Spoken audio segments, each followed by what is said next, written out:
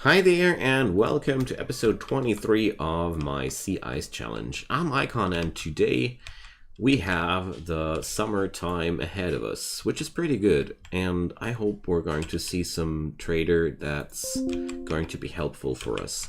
Last episode, Bishop finally trained up his cooking to a level of 8.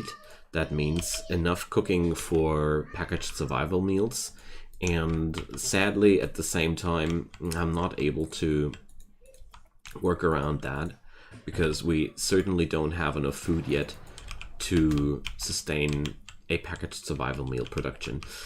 What I'm going to do though is I'm going to molly away the rotting carcasses of the other animals outside there, just to clean up this place a little bit. There we go. And re-equip our assault rifle again. There we go. Important things, you know, really important things. And the next few days will hopefully yield me a new trader, which will ultimately buy some of those things we are producing. And I don't know how many slave ships I've already encountered here. I should possibly set up a slave pen to capture all those raiders and sell them to these ships, because they are coming by way more often than anything else. I really start considering that. Jokes aside, we got ourselves some money, and let's see. They would buy some of my gear as well. I will sell away the flak jacket. It's only poor quality, and what's even worse about flak jackets, they have a pretty bad insulation. We might be needing some new personnel and some new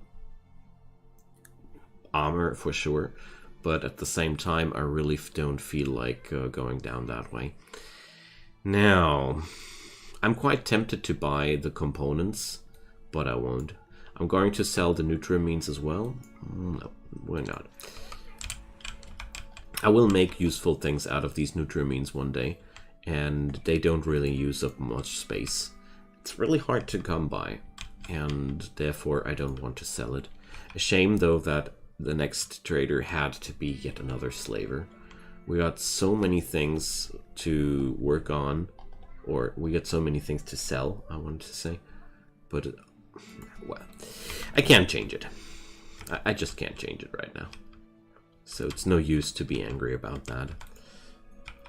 Although, I really gotta say, I feel a little bit doomed here when it comes down to the trader frequencies and the trader varieties. But also I'm spoiled by playing with mods that give me all manner of different trader types, and therefore I'm used to a high variety. In vanilla there's only like 5 or 6 different types of traders to begin with, so therefore it's not that unusual to see the same old things more often, but well, it certainly has some comical qualities at this point already, because my storage is brim-filled with stuff ready to sell, and we're just waiting for such a long time now for somebody to buy all that stuff. I passed out. I passed on so many occasions where I could have earned even more money.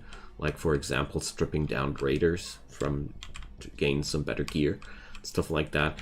But, I mean, we got, what? A handful of slots here. Imperial ship down. So, I definitely want to take that one. We're taking it for honor, because I want to make Julian now to a royal as well. I'm doing this mainly because now is summertime. That means none of these two boys will be freezing, and we can camp outside there and wait for the combat. And we get that shuttle to loot. That shuttle yields materials we really, really want to have. And therefore, we're just going to chill outside here and wait for the enemies to arrive. Let's see. Can already deconstruct that thing. So we gain plasteel, 50 units of plasteel, a couple of components, good thing that we didn't buy them, and a few Nala Federation raiders are coming by. They're all coming by with low range weapons. Yay me. That's really good. It's basically the best that could happen, because they will be taken down by our assault rifles way earlier. And with some luck, they're not going to even touch our fellas. There we go. Let's take down that grub person. Stun him before he can really fire at us. Let's double stun. Keep the stuns going, because this way they can't even counterattack. And that's that. So the profit out of this operation, a pump shotgun, oh well, 2 pump shotguns, revolvers, lots of meals, and a couple of bodies. Perfect. Nice. I don't dare to do these events in the colder times of the year, because it's really dangerous to stand outside there for such a long time. But during these times of the year, it's just awesome. It's basically free loot for us. Now we just have to wait for the other shuttle, and that's that. Wonderful. Okay, nice. Consider that as a very lucky coincidence there. And Julian is now a freeholder, so it's going to take a few more days until we have the other title there, but that's okay. I'm quite happy about the plasteel profits we got there. It's really good. Alrighty. Dig in a couple of graves to bury those poor souls there.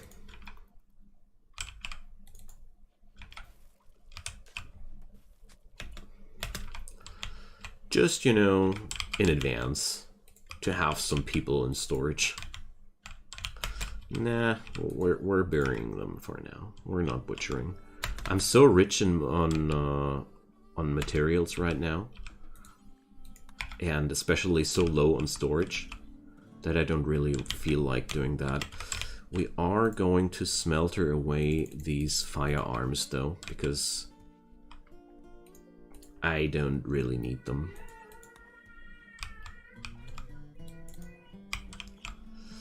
Alrighty, nice. You can always sell these weapons as well, but the game has a pretty nasty algorithm that makes looted weaponry from raiders worth a lot less, and therefore most of the time it's really not worth it. Most of the time it's just really not worth it.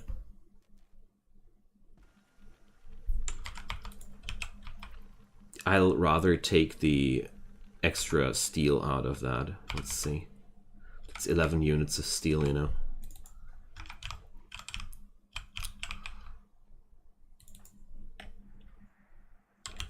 Okay. And the tribe of Rezabil is raiding us another time. And they're rolling towards us with sappers. So, 6 of them. Dang. I really feel like we should be considering more turrets at this point. Sappers also come and attack you right away. They don't wait for a long time. Sappers are also problematic in the Eternal Ice, because, you know, we are really in need of our walls. But luckily, these guys are all melees, so let's see how this goes down.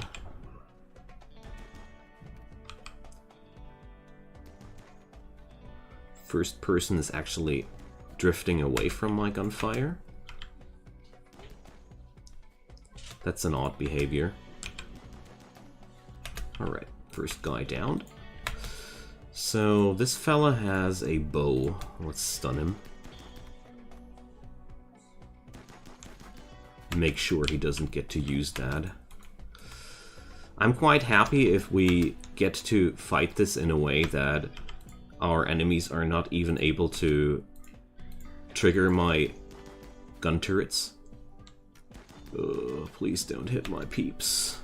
We're going to fall back. I don't like the chance of getting nicked here.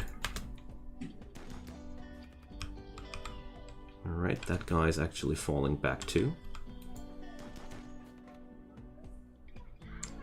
As far as I can see, they're trying to avoid the range of my gun turrets. So, let's start and... oh. No burden spells needed. Take that! And don't you dare to come back. I actually try to take down as many of them as possible, but I don't want to overdo it at the same time. Alrighty, there's another steel knife, bow. Like I mentioned it before, I don't want to go for these items. My storage is already limited as it is, and okay. But the rest of the loot is quite nice, gotta say. We also acquired a lot of extra steel out of that. That's really good. But as things go right now, I'm really considering picking up a third colonist pretty soon, because our enemies are only getting more and more numerous, and that sure makes me a little bit nervous at this point, because I feel like it's not going easier at this from here on. Ideally, I would take a cannibal person with us here, so, but can't really decide on that. Now, dang, I really need a new trader. I really need a new trader here. It's so friggin' important for us. Because at this moment right now, my stockpiles are just too full. It's my big issue here. But at least we did make a nice plus on steel here. I'm already at 300 units. That's already enough to even consider building the... what was it called again? The... refinery. That was the word I was looking for.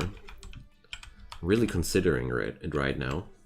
Because it doesn't seem like I'm going to be only lucky in the near future. And yeah, let's invest that. Or do we? No, I won't. Simple reason. I only want that biofuel refinery as soon as I have a nice little storage area to store that chem fuel in. Chem fuel is highly volatile, and it just needs one bad event, just one power out, just one short circuit, and everything here goes boom.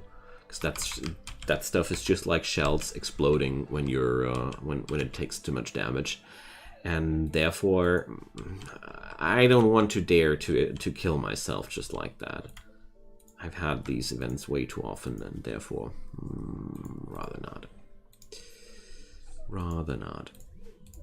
I really want to have a trader soon.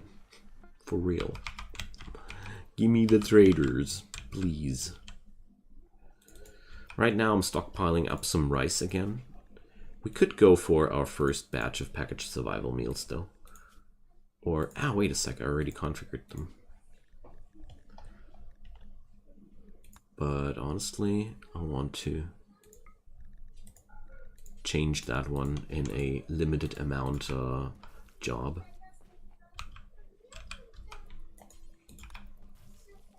So, need material. Oh yeah, of course, the rice ain't enabled here. So, vegetarian. In this scenario, I allow using rice, but only so and so often. Here we go. And since these are rations we usually don't want to eat, I'll put them on the forbidden stack. Or wait a sec, I was already one step beyond, wasn't I? Yeah. Okay, there we go. So now we're slowly starting to transform our stockpiles into money. It's the best I can do for now.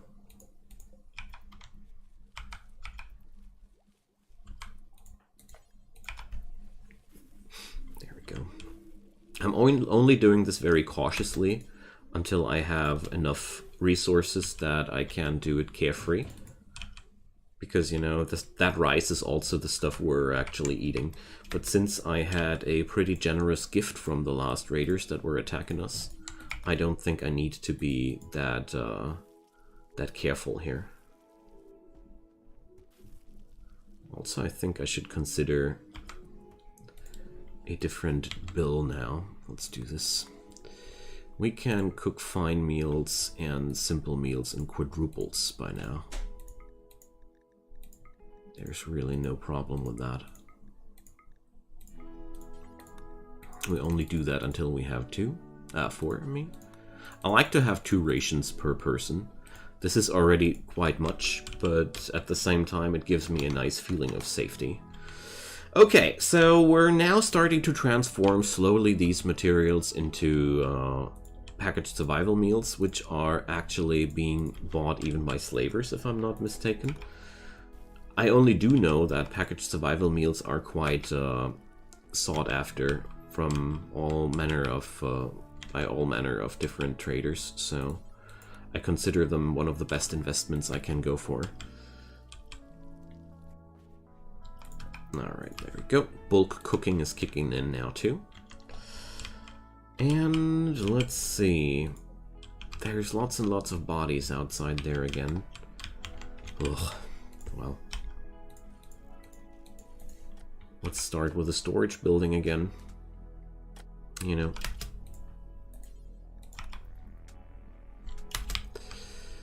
It's just like I don't want to waste these. I really think they are extremely valuable.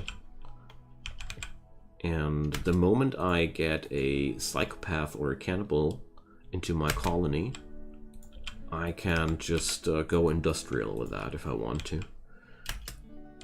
Because the thing is, the butchering mood debuff stacks up for everybody who's not a psycho or a cannibal, but the other folks only receive that "we slaughtered human-like" debuff once, and then it gets refreshed. It doesn't stack up several times, unlike the "I butchered human-like" debuff, which stacks. I don't know how long. I never tried to reach a limit, but as far as I've seen things, it seems to go indefinitely. So,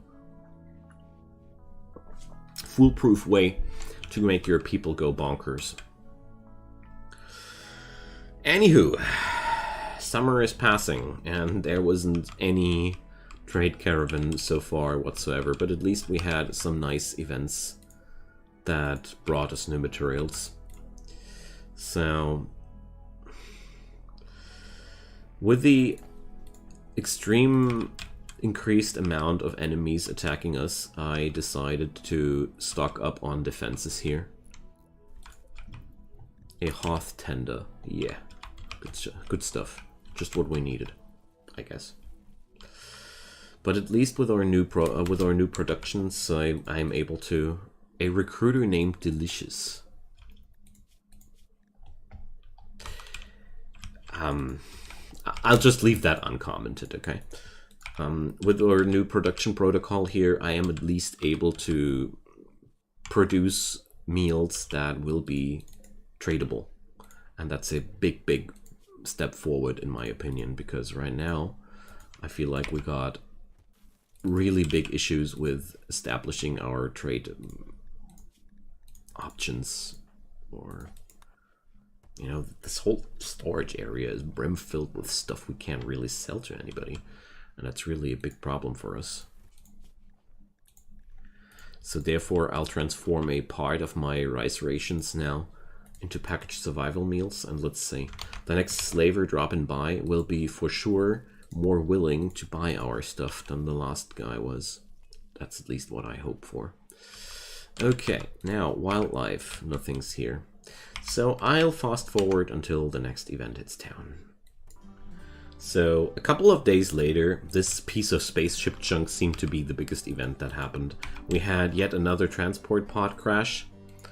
I didn't really want to even bother with this person here because a non-violent body purist who's even neurotic is not really helpful for us in any way.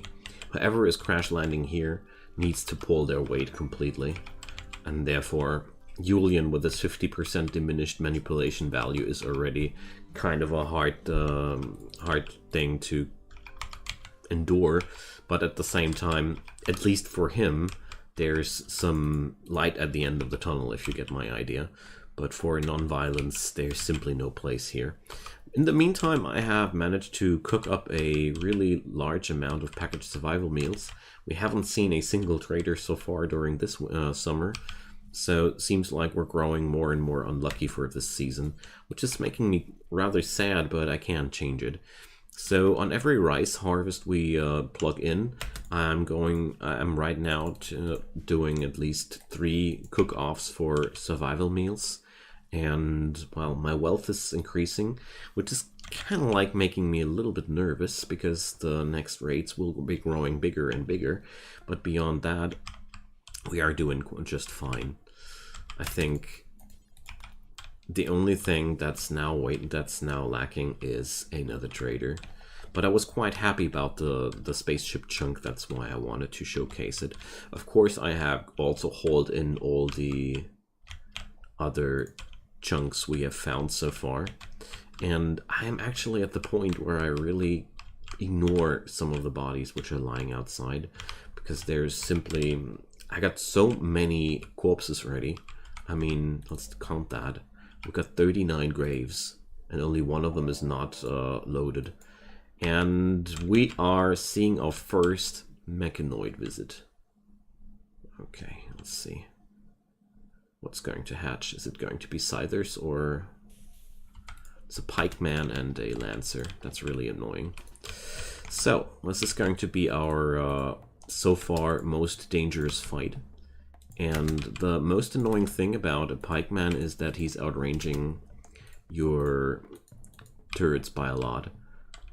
Not the lancer though. So what I'm going to do is I want to let the lancer get close enough for the turrets to be aiming at them, and then I want to engage on the lancer with my own peeps. There we go. Because it's really important for me that we're not going to get too close to the lancer before he has engaged on another target. I have to accept that the pikeman will be a threat for us until we get closer to it. But at least the lancer is something we are hopefully taking down before it takes anybody of us down. I'm well aware of the fact that I got a charge rifle, which is a better weapon against these enemies. But at the same time, I don't want to use a weapon with such a low range if I can't avoid it. So, let's stun that fella. Woo! Adrenaline spiking here. Because that's the first time things get really deadly, but we managed to do really well with that. Okay, so this is also a pretty good excuse for us to get up our machining bench, or what was it called again? Machining table. Because we are now gaining more steel than ever out of these, and also you can recycle mechanoids into even more steel, so it would be a shame not to do that, you know. That was spooky, but luckily we didn't even lose a single turret, so I'm very, very happy about that outcome.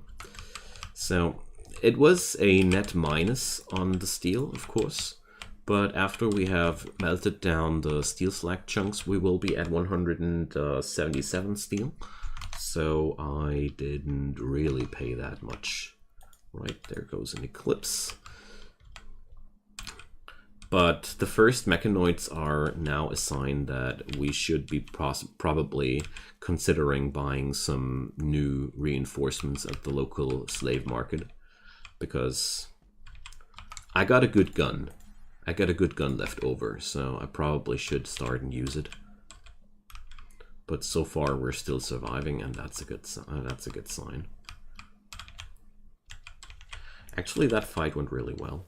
The thing about Lancers and Pikemen is Pikemen outrange your turrets, but their guns don't deal that much damage. A Lancer has a lower range than your turrets, but can easily sever limbs with one shot, or even one-shot colonists due to that, because basically one hit in the brain or in the heart by those Lancers, and the colonist we're talking about is a goner.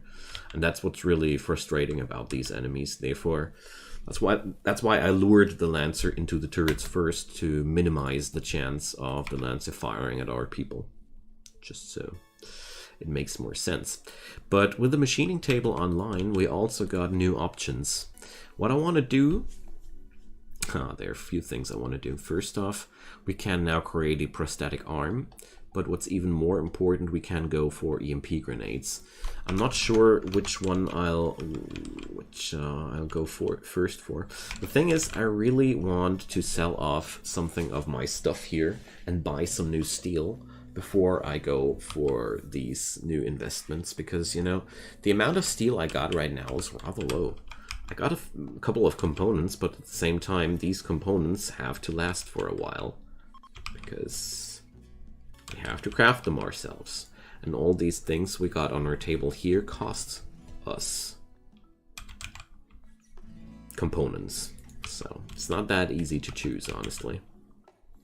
But I'm quite happy to see how well that fight with the Mechanoids went. Maybe we were just lucky. I guess we were really lucky to not even get a single graze here, or not one of the turrets exploded. By the way, turret explosions. We need to spread them out more wide. That was extremely foolish from my side. If that turret would have exploded, we would have lost more than one turret out of that. So I shouldn't do that another time. Alright, so we're going to... a combat supplier! I don't know if that's really good, but burning Interstellar sounds pretty dandy. Let's see what they'll buy here. So definitely buying a few smoke leaf reefers and all of the survival meals. Perfect. So at the same time, I can buy EMP grenades, and I will buy EMP grenades. I already explained it thoroughly. If you and this is a nice way of just acquiring a new these new grenades without investing materials. I like that. So a shield belt or another assault rifle. I honestly will go for another assault rifle, because the next colonist crash landing or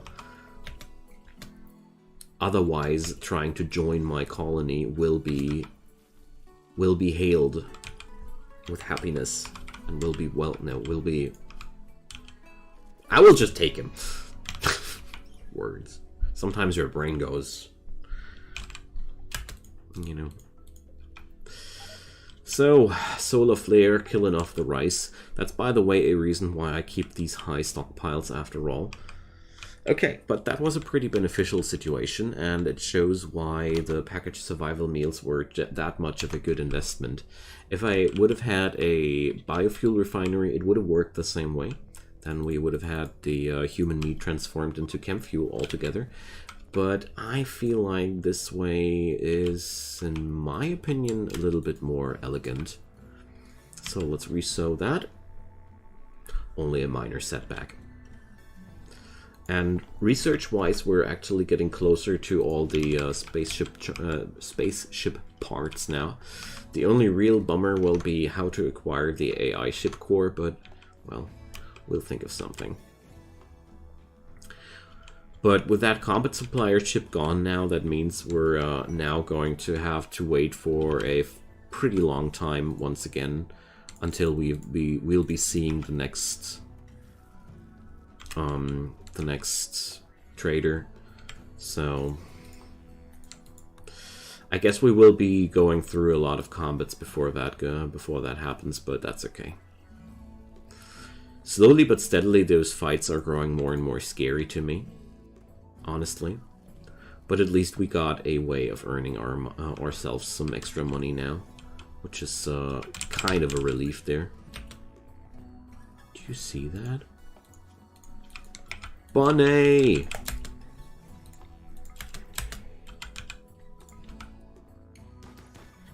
There we go.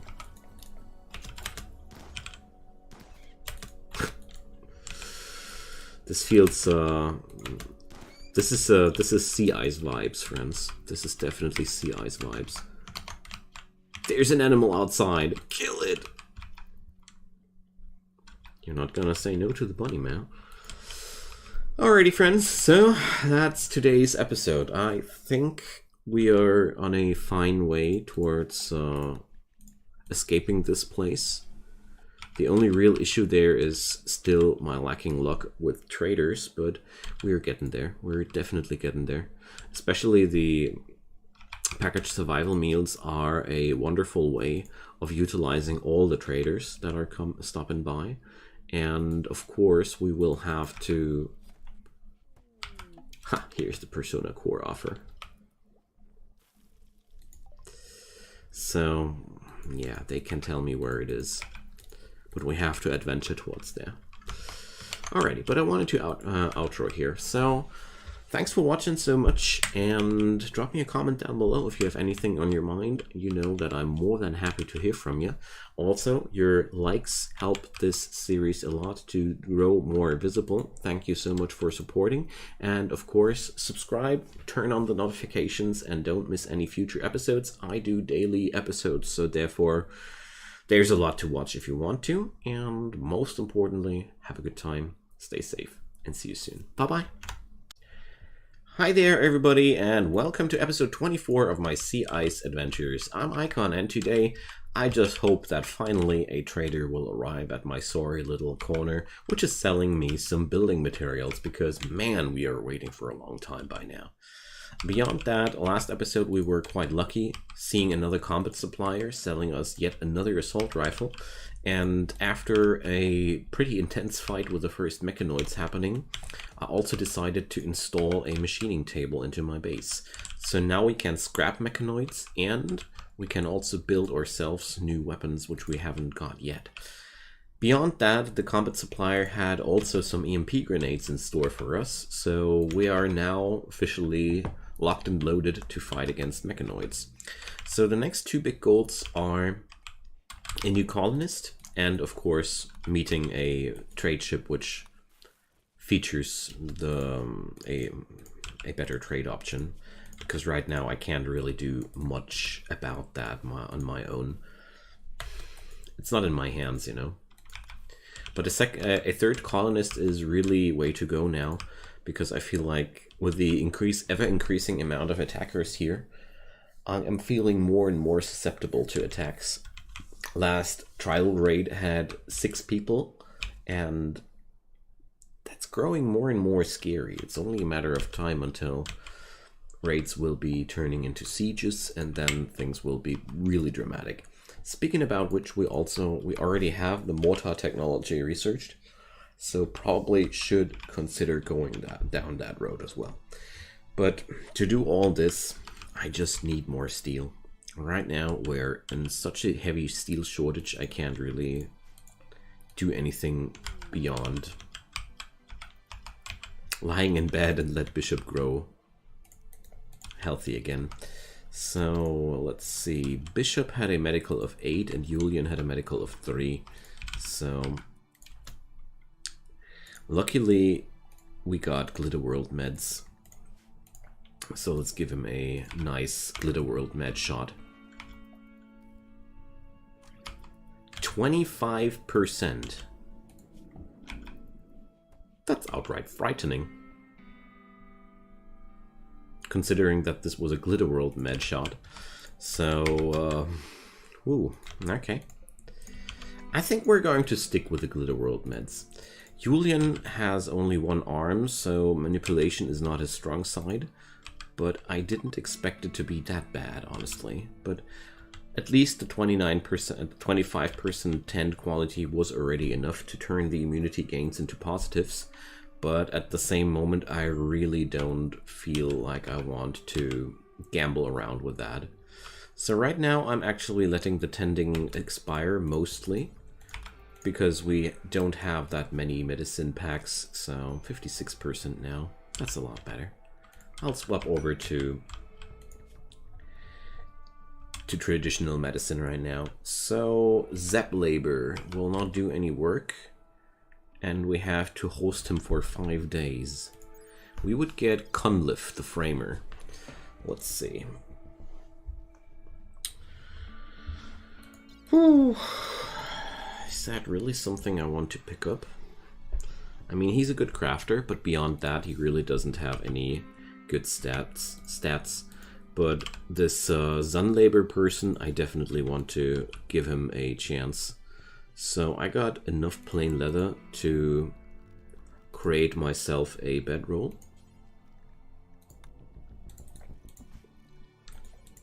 And we're definitely going to accept that quest, I'd say. Not for the rather mediocre colonist, but for the reward here, because I really feel like that's a good reward. So we're going to create a new area, and that's going to be guest, and we're going to forbid our guest to go anywhere outside the premises. The only outside zone I allow him to go is this way here. There we go.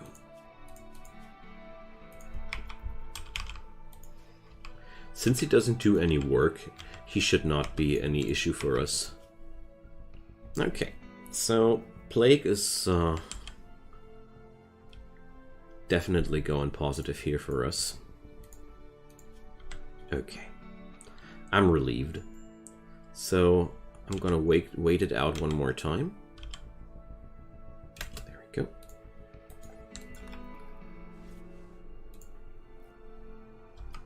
%. Dang, that's so bad. But at least we will be now able to just let it ride. Okay, that's unacceptable. Oh, okay, never mind, Bish. Knock yourself out.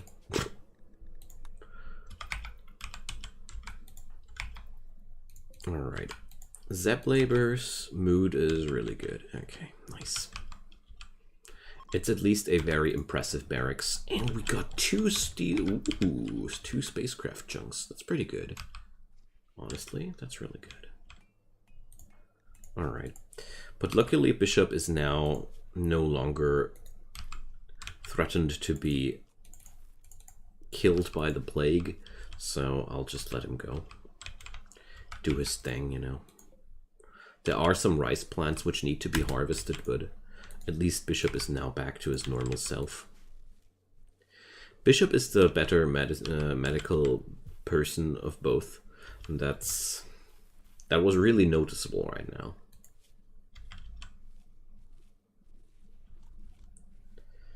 So there we go. Plants is now on 8, so Bishop really learned a lot of new things here while tending for himself in this little icy shack. Alrighty, so how's the Zeplabor quest going? 3 more days. Perfect. Oh, we need to cook some. I don't want anybody to grow unhappy because of raw meals. But that's not that bad. Only a minor disturbance for him.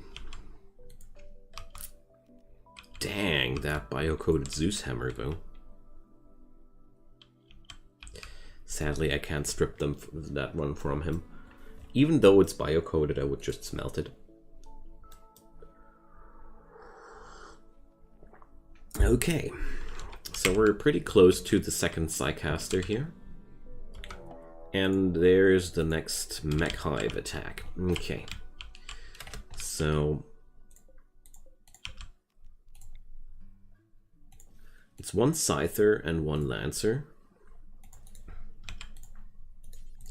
We're gonna be okay against that. But yet again, just like the last time, I want to make sure that the Lancer will be attacked by, or will be more interested in the turrets. Yeah, okay, there we go. That's exactly what we need.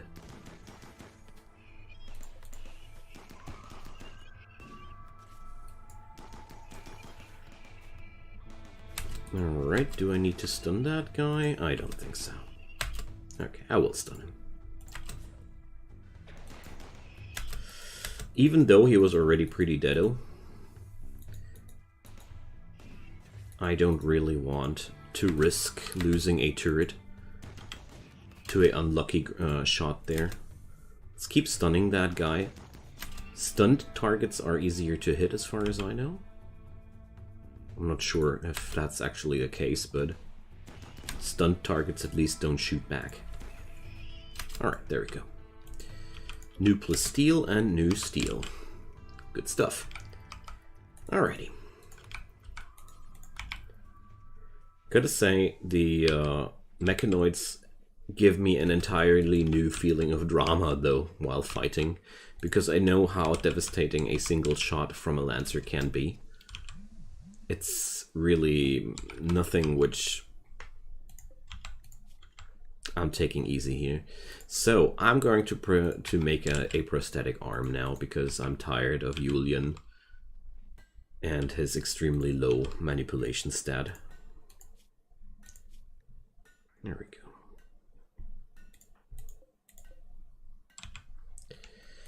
Quite happy though that we did it. 2 more days for Zepp labor.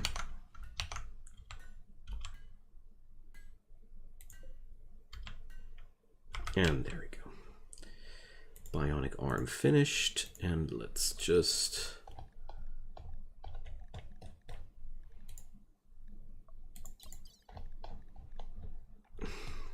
here. Left shoulder. A transport pod crash. Somebody named Eden. Oh. It's an enemy faction. Even incapable of violence. I guess the enemies just got rid of that person in a elegant way. Alright. A low psychic drone. Alrighty, there we go.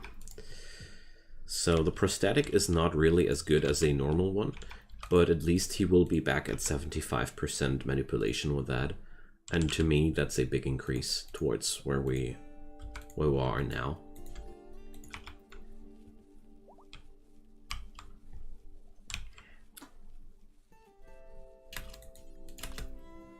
Alright, nice. Did cost me a few scraps of steel though, but honestly, I'd say it's pretty much worth it. Talking about worth it, there's now the question, how am I supposed to gather up a AI supercore? Guest unhappy. Why are you unhappy, man? What's your problem? Oh, the drone. I see.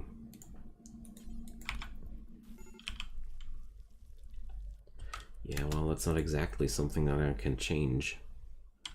Sadly, we don't have any drugs either right now. So, the only thing I can offer you is eating something to be less hungry. But beyond that, yeah, okay, it was already enough. That's quite annoying to get a drone in at that point. I might even say unfair, but you know, machine persuasion. That's where we. Oh, good. Psychic drone's already over. That would have been really sad. Oh, he needs a meditation spot. Since Julian will need one ultimately too.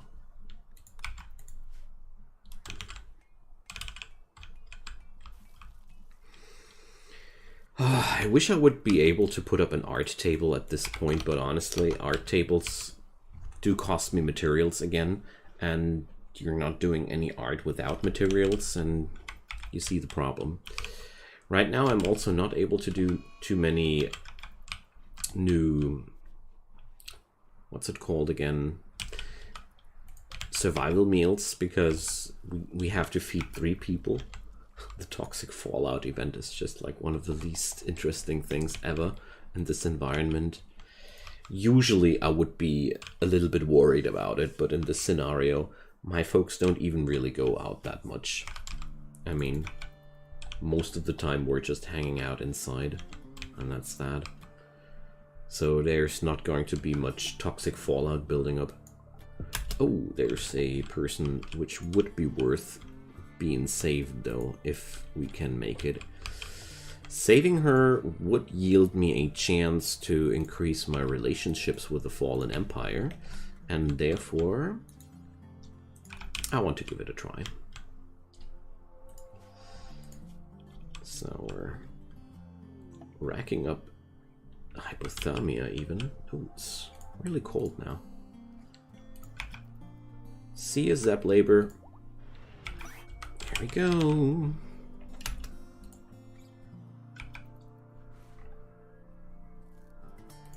Alright. We got her all patched up, and with some luck, she's going to be able to reach the end of the map without dying. I just hope so. If not, well, then we tried. So we're going to give her a real bed here, right next to Julian. This unhealthy green tinge here in the air really unnerves me a tad bit.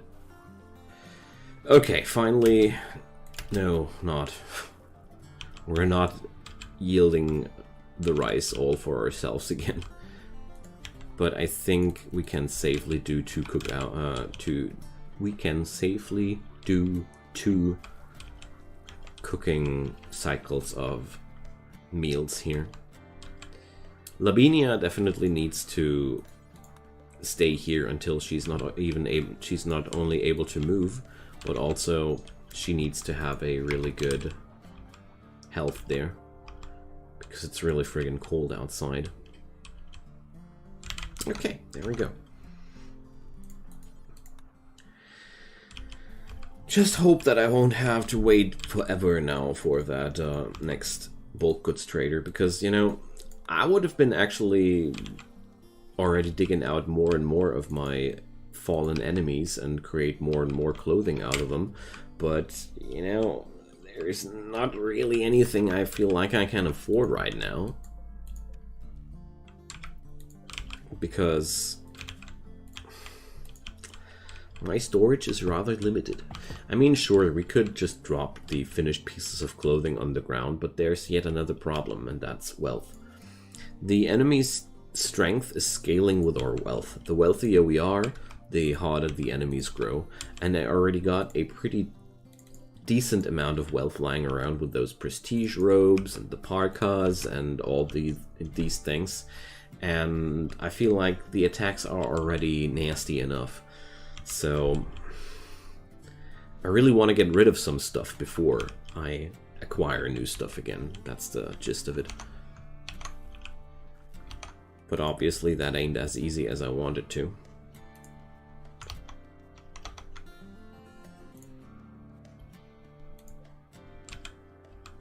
Yeah. Food-wise, we're trickling down quite fast compared to before. But, you know, freeing Lavinia might be, if I am lucky, yielding me yet another increase with the Broken Empire. And at the end of the day, these guys might be even selling me an AI core if I get lucky. I don't know, I vaguely remember that I've seen Persona AI cores in trade windows. So not only adventuring outside and conquering one from a ruins side is a possibility. I think you can also just buy that thing. Not entirely sure about that though. Okay. Our guest is recovering just fine. And I hope she's going to be able to leave that map without dying. That would be really, really good. Jeez. Not a single trade ship today. That's brutal. So, let's see how far she gets. Oh god. Her insulation protects her only to 7 degrees. Yeah, rip. I'm not even going to save her because I should have paid attention to that in the first place. Because honestly, with that kind of insulation, she won't be even making it outside during the spring. maybe during the summer, but I really don't want to keep her the entire winter and spring here until I can free her. So we tried. She wasn't strong enough. Feels bad here. It's even hard in this place to free people and gain faction points just by patching up transport pod crashes before, because most people are not even able to reach the end of the map alive. Although I gotta say, this would be a better angle for her. Would have been a better angle for her. But AI.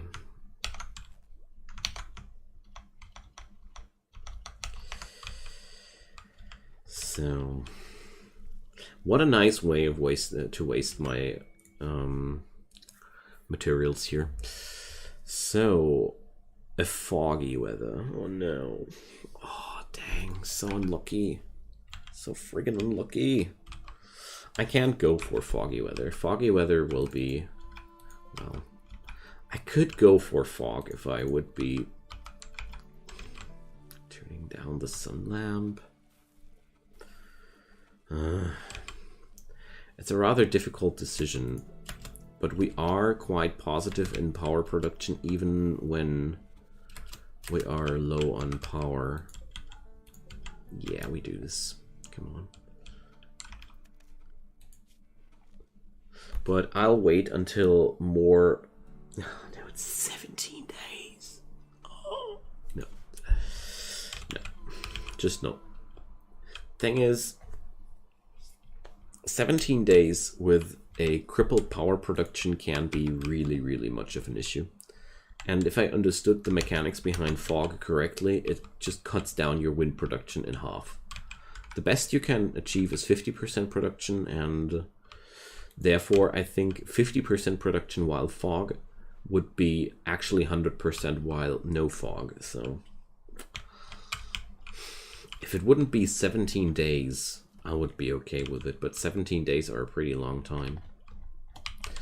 So the toxic fallout did another thing though. All the bodies outside there are now desiccated and rotten. Everything we didn't acquire yet is no longer eatable, because that's just what toxic fallout does.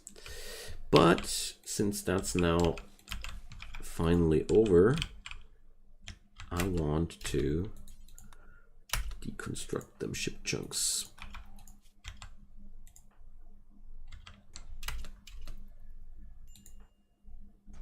Alright.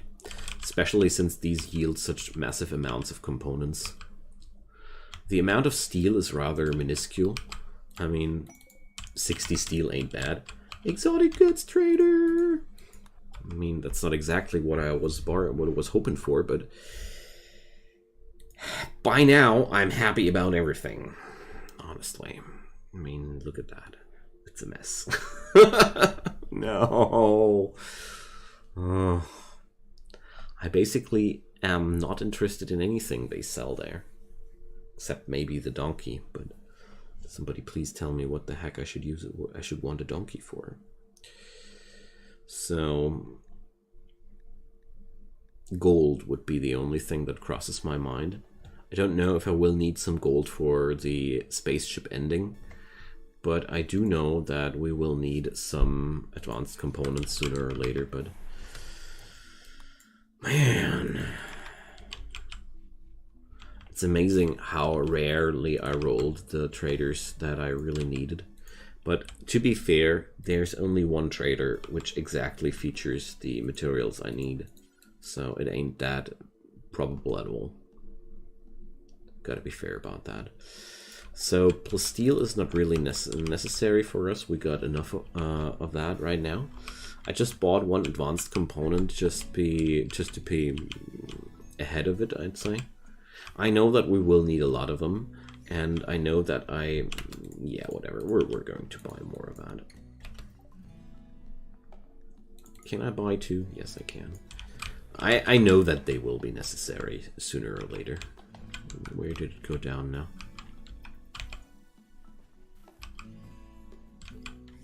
Like, seriously, where did they go down? they already in my storage? They are already in my storage. Somehow they sneaked into my storage area. That's okay. Because I know that for the spaceship we will need advanced components basically everywhere. And therefore... Ah, I could have already looked it up. We need some gold. Whoops. But we'll receive plenty of opportunities to gain ourselves some gold, that's for sure. Okay. Since we got now a steady supply of rice, it's time to cook more meals. And yeah, with 200 steel, 250 steel in my pocket, I feel quite comfy and going to bring up yet another thingy. So wait a sec, if I do this here, I can drop down one there. We can drop down one there. Yeah, that's definitely worth it.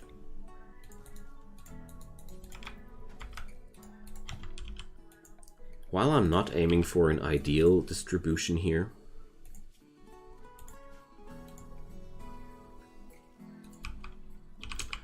I also don't want to have a absolutely dumb distribution here.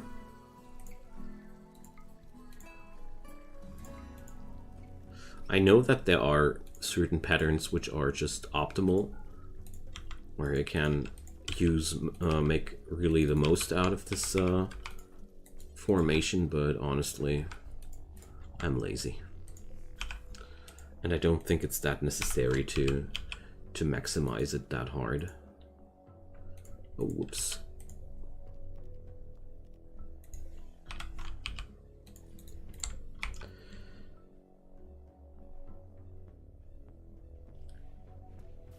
Alrighty. Guarding hails him. So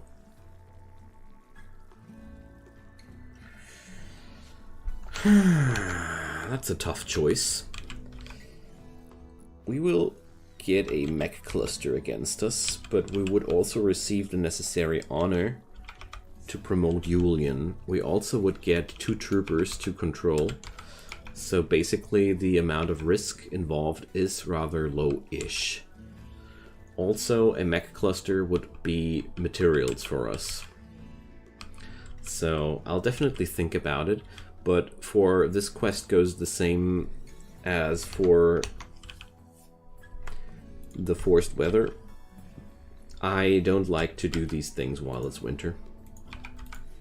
So Haynes is insulated against -28. We're going to rescue him.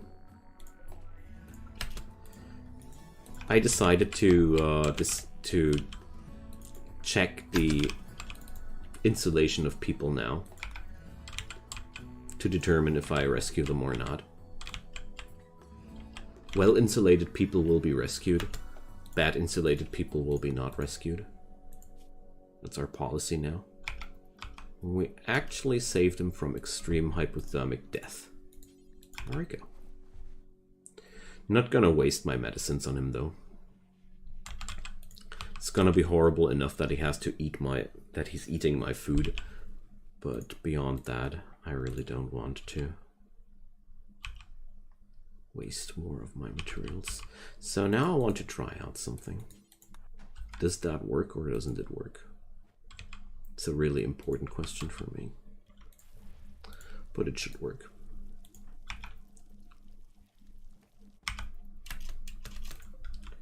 Genius. Opening the grave just to close it afterwards. Yeah, they doing it. Nice. Alright, this way we can just use the butcher table in a unorthodox way, but little do I care. Seriously, little do I care. So worst case scenario, Haynes will only be able to leave our place during the springtime. Best case scenario, he is going to leave during the winter time. But either way, it shouldn't be that brutal. Alright. Let's harvest that. I want my my plants on an even growth scale there. There we go. It's making me rather itchy to have this now like that, but it has to suffice. That means I should be also able to just drop a hydroponics in front of that science table one day, and we will be still able to science there. Because if I'm able to butcher right here, I should be also able to science here. I mean, ultimately, there will be the point where I won't be needing this table altogether anymore because, you know, reasons. Yeah, Haynes. It's not making it.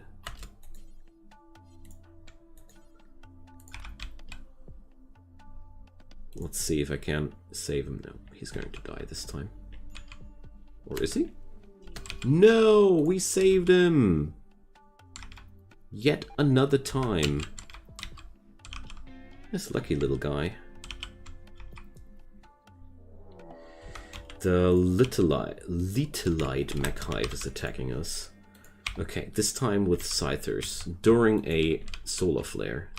That's nasty. That's seriously super nasty. Okay, we're going to take our Mechanoid killing weapon this time.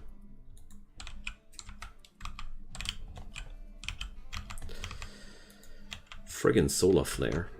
That's really a very, very uncomfortable situation. Especially since that means there's going to be no refuge inside there. I really need Bishop to burden those creatures as quick as possible, because we're not receiving any help from our turrets or from our heaters. But at least we got power weapon, the charge weapon. Spam the burdens. It's really important that they stay burdened. If these guys are allowed to get close to us, we're in real big trouble. Alright.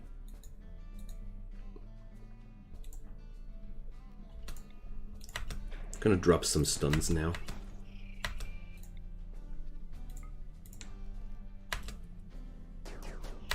Neural heat is too high. Just hope that this thing will finally go down soon.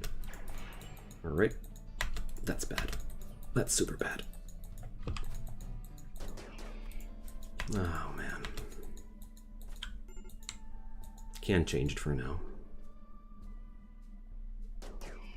That's one guy down. He lost his entire leg and is going to die in 4 hours. Julian has to move and fall back. Oh, this is going to be so close.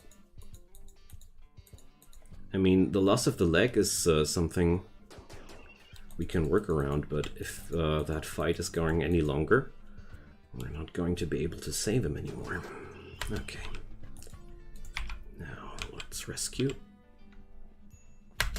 And give him the really good medicine. Okay. Okay. Okay. We did it. Whew. That was tense. Now only the friggin' solar flare has to end, but beyond that... Yeah, that's the fun of Scythers, especially when you're not allowed to use your friggin' turrets. I hate it when that happens. I hate it so much when that happens, honestly. But, well... For now, we're going to use a peg leg there. I do want to give him a... I want to give him a prosthetic in the near future. Ugh. Surgery fails, of course.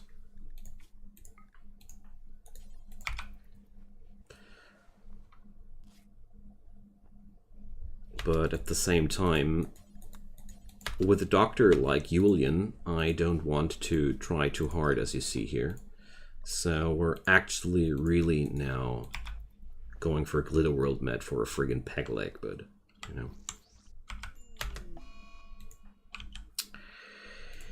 He's not even able to pull this off, even with Glitter World meds. So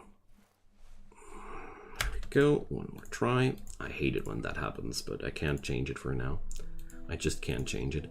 But at the same time, he needs a new leg. We won't be able to deal with this otherwise. Come on, dude. Are you friggin' kidding me? What's this Glitter World med good for, man? Alright, let's just wait for it. We just wasted 6 units of Glitter World meds here, so it's all cool. That's why you stockpile that stuff like crazy. And Haynes also needs some treatment. Luckily, Julian can now grind up his medical skill a little bit. Alright.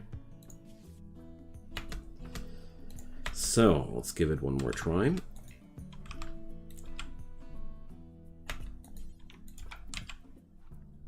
There we go. So for now, I'll just accept that Bishop's movement is just friggin' slow. Because honestly, it's way too dangerous to try it now several more times. Because we need Bishop's workforce now to create new food and all manner of different things. So yeah, let's end it here. So thank you guys so much for watching. It's been my pleasure. Quite a tense episode. That's one of the nastiest combos that's actually possible to have a solar flare into an attack, but well, sometimes it just happens. I'm just very, very happy that we managed to survive anyways.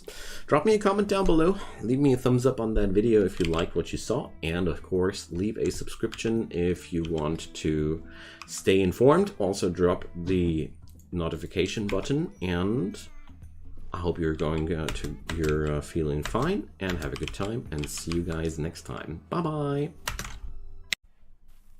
Hi there, and welcome to episode 25 of my Sea Ice Challenge series. I'm Icon, and we're going to hopefully see finally a bulk goods trader today. Poor Bishop has lost a leg, and sadly there's nobody able to help him here right now. Julian's medical skills are that bad. I checked it out between the last episode. His surgery success chance is at 45%, so even with a Glitter World med pack, his chances are rather slim to succeed at operating there.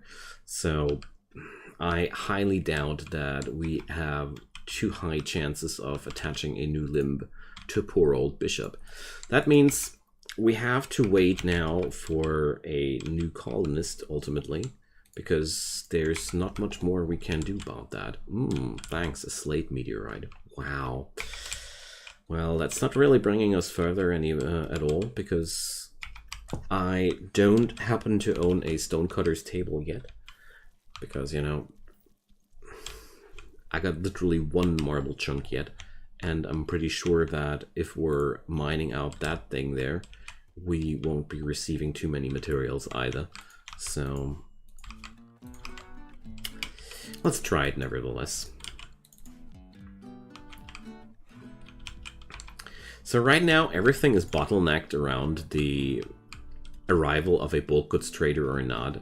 There's really nothing we can do about our situation as of now without a new trader, which is kind of like annoying, but that's just the essence, the quintessence of Sea Ice. You can't do anything without outside help, and Haynes will collapse in a few secs. Let's just rescue him one more time. Don't know if I'm able to really rescue him, but it's free doctoring training if we are able to. So I actually feel that not bad about this, because this way I can at least grind up Julian's skill a little bit more, and that's what we need. So, well, we need to craft out more packaged survival meals, and I need to acquire some steel from somewhere to get a biofuel refinery going, because I can't rely on bulk goods traders arriving, because that's just... There are 4 different types of trade ships that can arrive: exotic goods, weapons, slaves, or bulk goods. So that comes down to a 25% chance of receiving what I want to, and gotta say, that's rather slim chances, you know. So therefore, I'm not too surprised about bad things happening that often when it comes down to traders. So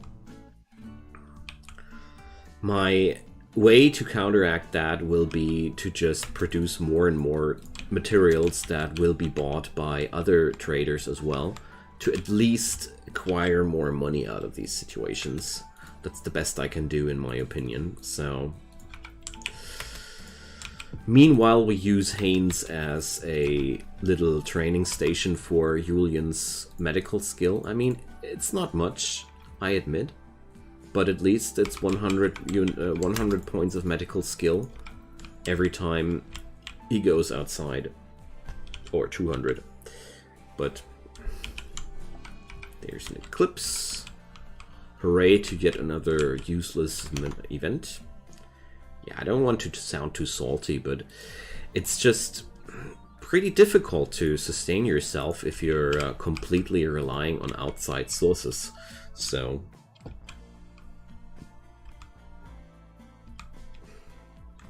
poor old Haynes.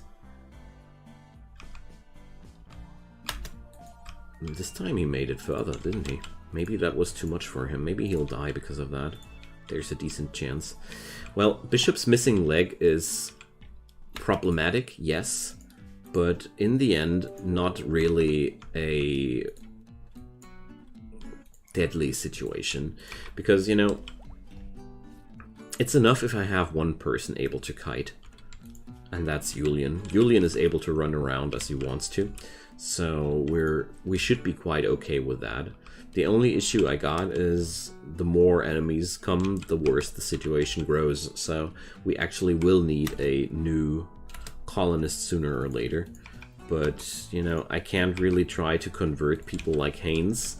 And before I gain a new batch of building materials, I won't be able to build a new prison cell where I am able to keep people in and recruit them. So it's overall quite a pickle right now. Because the worst thing is the combats grow harder and harder. So I really feel like I need a good event rather sooner than later. But for now, we're just going to train our medical skills with Haynes trying to leave the map. You know, it's kind of comical, but it's also grinding up Julian's medical skill to a decent level. What's making it worse for Julian is that his prosthetic arm is lowering his medical success ratings as well. And that's one big reason why he failed to operate on the peg leg that often. I actually stopped the effort now altogether. Aristocrats needing help, because I don't want to have Bishop downed with anesthetics when there's an attack coming in. So I can host an acolyte. Yeah, surprise. Do we look like a hotel here? Yay, yet another transport pod crash. Curazza. Minus 30 degree. How far away? Friggin' far away. Well, I already got one of you guys in my premises, trying to get him out alive. I can't have two of those. Sorry. Because the thing is, we have to feed them. Right now, my little game with Haynes is costing me food. Food that I can't transform into packaged survival meals, you know? So therefore, I'm rather reluctant to pick up even more people like that. Because here you see, good old Haynes receives his rice meals as well. Can't change that, really. One thing that crossed my mind, though, was I could research towards hospital beds. This will increase my chances of success substantially, and, well, I might not have the necessary materials right now to try that, but at the same time, the spaceship parts I'm researching right now, sure, fine and dandy, but we are so far away of building anything from the spaceship that I don't really think it's that important whatsoever. This guy is taking another chance. He's not gonna make it. Yeah, well. At the same time, we already grinded around 1,500 experience points, so I'd say it's not the worst, you know.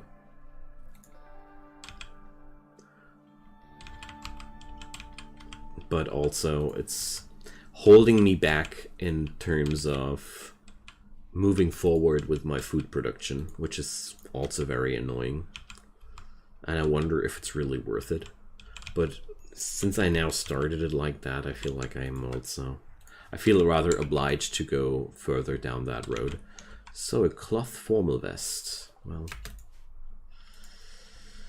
let's just go for another Devil Strand formal vest, don't we?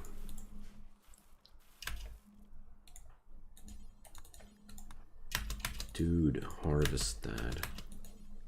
And that. And so that. And hold that. Here we go. And there goes another. There goes the Haynes show again.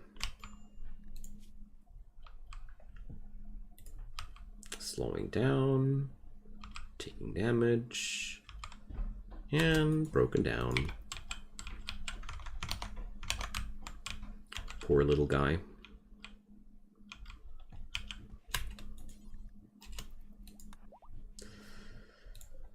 Alright, this time we only had two cases of frostbite. Alright. Oh, we're doing it with plain leather this time. Yeah, well, whatsoever. It's also okay. So we're odd for the next attack. The real difficult thing right now is our base is now exclusively being attacked by mechanoids, pretty much. Because we're now that deep in the game. Our wealth is relatively high. I have stockpiled lots of many valuable materials, which I can't sell right now. And beyond that, the temperatures are really bad, so altogether the situation is pretty nasty for us. Until I meet a bulk goods trader, then everything will go magically good. I'm pretty sure it will. So, warfare for hire. What's that? They want to give me 3 groups of pirates for 1 person called Sheridan. So Sheridan is not even a good shooter, so no thanks. Ah, this time he had 4 servings of frostbite. Good job, my man, good job.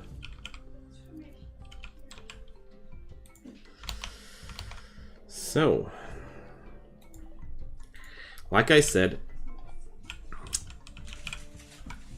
it's only mechanoids from here on, and that's bothering me a lot, especially since we don't get any... There seems to be no relief for us here at that point. But at least we're going to be able to take this situation a little bit easier, because the pikemen will start shooting our turrets for sure. Hey, wait a sec. He's actually in the range of my turrets. That comes unexpected. Alright. So we're going to take down the... Oh gosh, Bishop is a bit unarmed. Sorry. I hate it when that happens. So since he was... since he dropped his gun the last time, he's not using... See, he didn't pick up the gun since then. And I forgot to check it. Alright. That was the noise I was waiting for. And Julian got a torso shot. Alright. And another hit in the leg. Don't lose yet another limb, man. Seriously. 3 shots, 3 hits? Are you kidding me?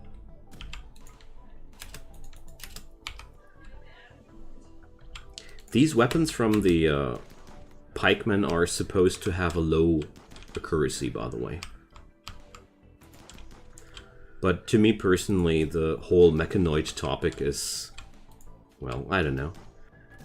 I'm no big fan of the Mechanoids in general. I feel like, except for EMP, they got no proper weaknesses, and that's annoying as heck. Which would be not that much of an issue normally if we weren't that bottlenecked with materials right now. But we are, so I can't change that.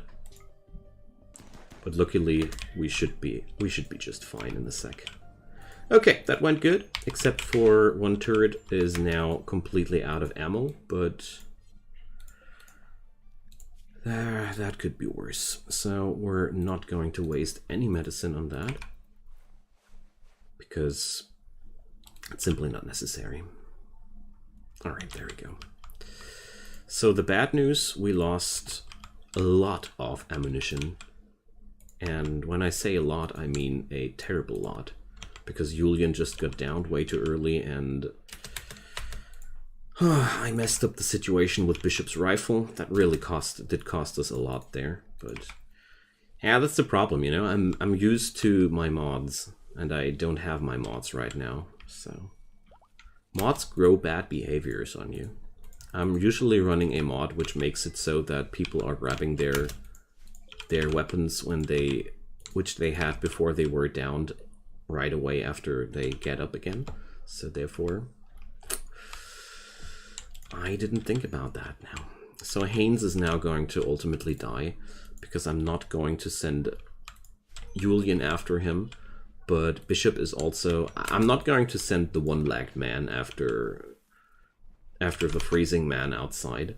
That sounds like a great idea to just kill myself, you know. So therefore, we rather not do that. Rip Mr. Haynes, but we did what we could for your foolishness. Sadly, there was no cure for his idiocy. So we refurbished the barrels there. Oh well.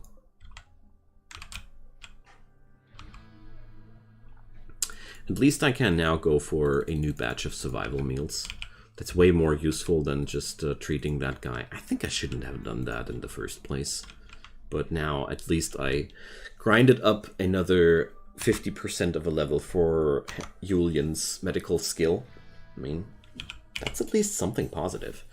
But we really could use now some lucky event like Bulkut's Trader.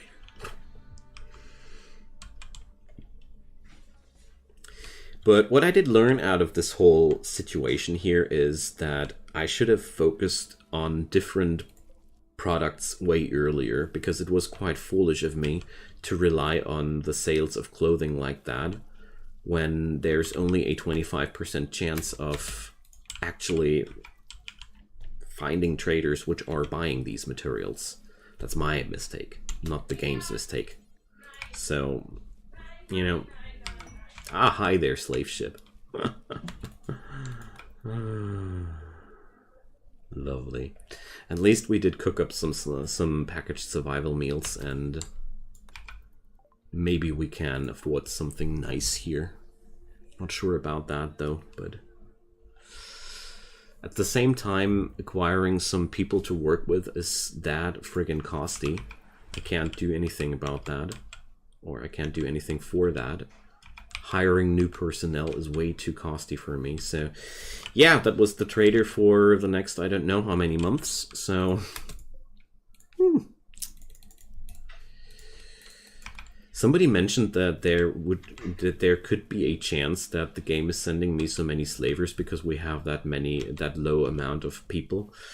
I somehow doubt that, because trader roles are, as far as I know, random. I think it's more like there's a 25% chance of every trader appearing, and, you know, it's not that unlikely to roll the same thing quite often again and again, because we had, I mean, it was like slaver, exotic goods, slaver, weapons, slaver, so it's not really that... I'm just very unlucky with rolling bulk goods traders. I'm not that unlucky, or I'm not getting slavers more often than other things, actually. It just seems that way because I'm emphasizing them so much. But, you know. Well. Are they already gone? Yeah, they're already gone. Okay. But at least summer time is coming, and let's just hope that we will be able to fight off our enemies the next time also. I mean, aristocrats needing help? No. Warfare for hire? No. That's just way too much. I won't be fighting against raiders that are actually featuring heavy guns, especially not with only 2 people. Sounds like a very foolish thing to do. Alrighty, so we got a new formal vest, and Bishop has more tattered apparel. Apparel, man, it's a word that just doesn't stick to my mind. Don't ask. So I don't want to wear a human leather button-down shirt. Thank you, Julian, but no. The Devil Strand one is way more to go. Good stuff. Alright. There we go. Okay. So, well, at least that method works out somewhat. I really want to get rid of that clothing, though. I hope that I will get lucky at some point to finally get that trader I'm looking for. So,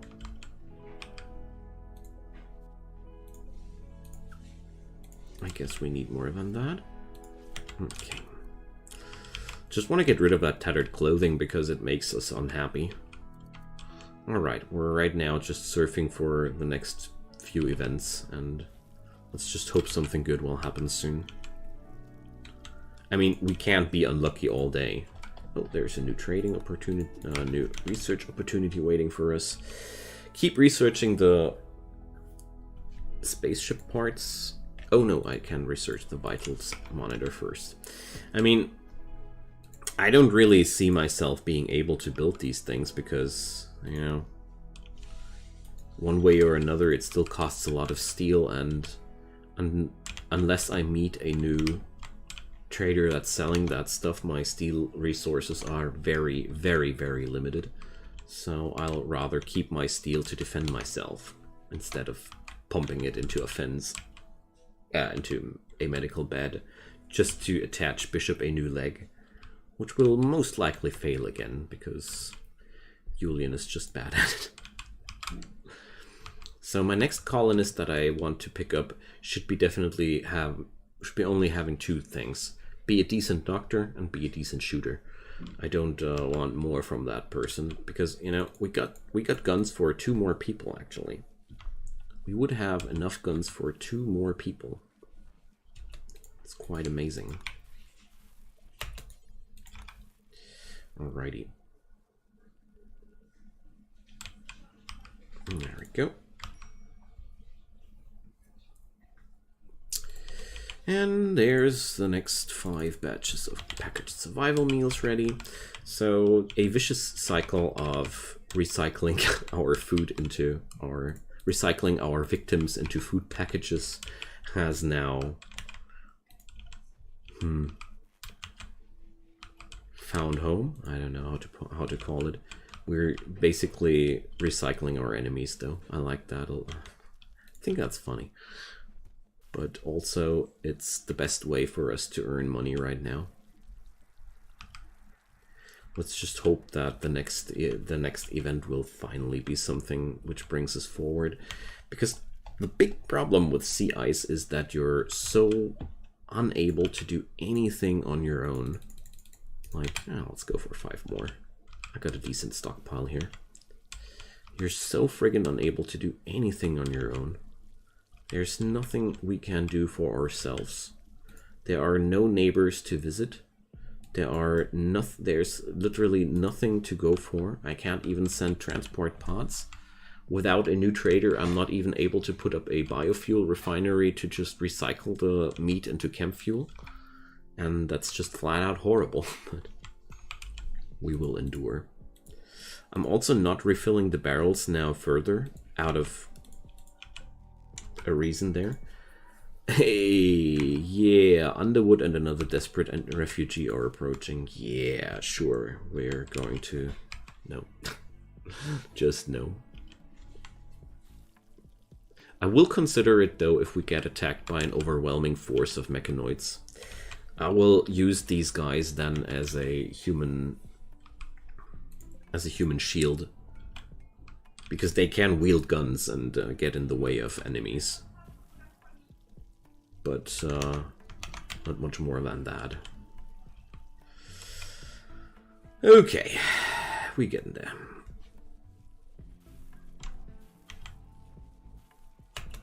At least the industrialization of our food production is getting along quite nicely. We've got 60 packaged survival meals now for sale, so at least the next trader will be somewhat pleased, I hope. And there's so much material waiting to be processed after my storage areas here are finally emptied. But... yay! A Psychic Soothe, at least something. That's pretty honestly bad, because whenever something like that happens, it's a roll from your storyteller for an event.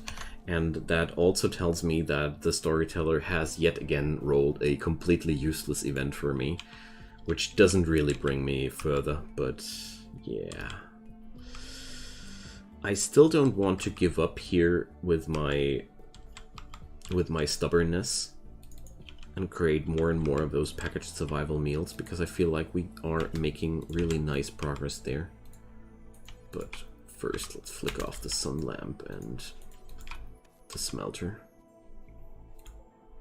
Okay, let's turn it back on.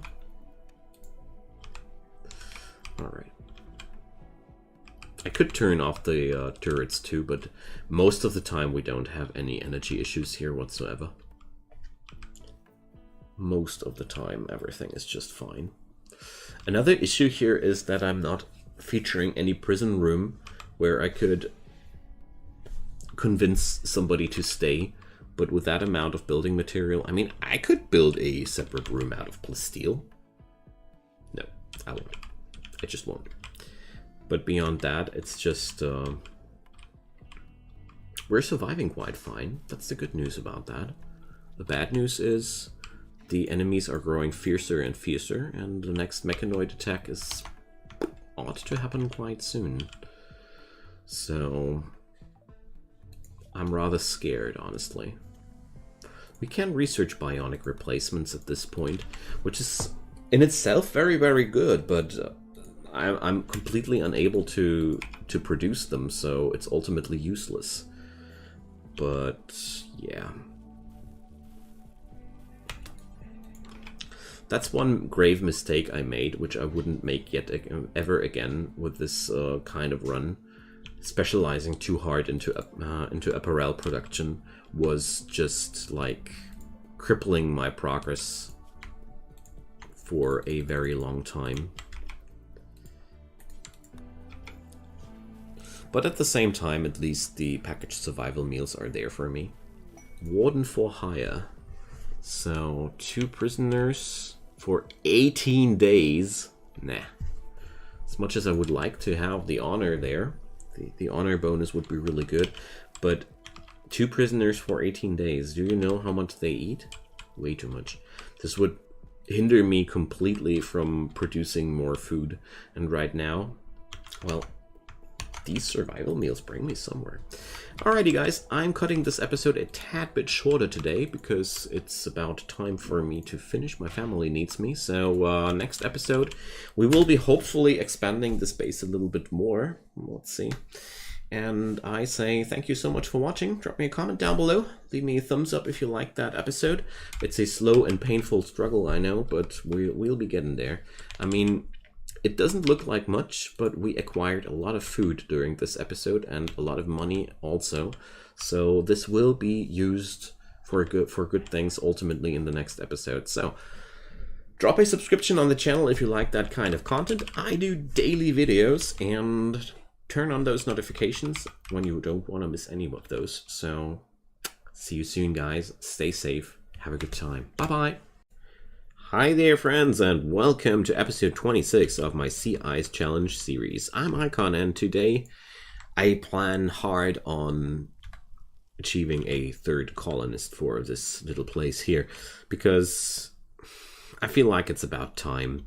Also, I want to see what kind of next trader event we'll see. I have stacked up on a really large amount of packaged survival meals by now, and the materials we need are here in plenty. First, though, we seem to have to fight off another raid from the Alobo coalition. To my big pleasure, or yeah, well, how to call it in English, I'm quite happy that these guys are actually sappers, because sapper teams are always more vulnerable to cheese tactics. Let's see, are they coming from several angles, or is it really just that one squad? Yes, it is just that one squad. And on top of that, they are also tribals, so this is going to be most likely a raid that will be fought off quite easily. So since that newt person is deciding to go stray from his main squad, we're going to take this guy down first. There we go.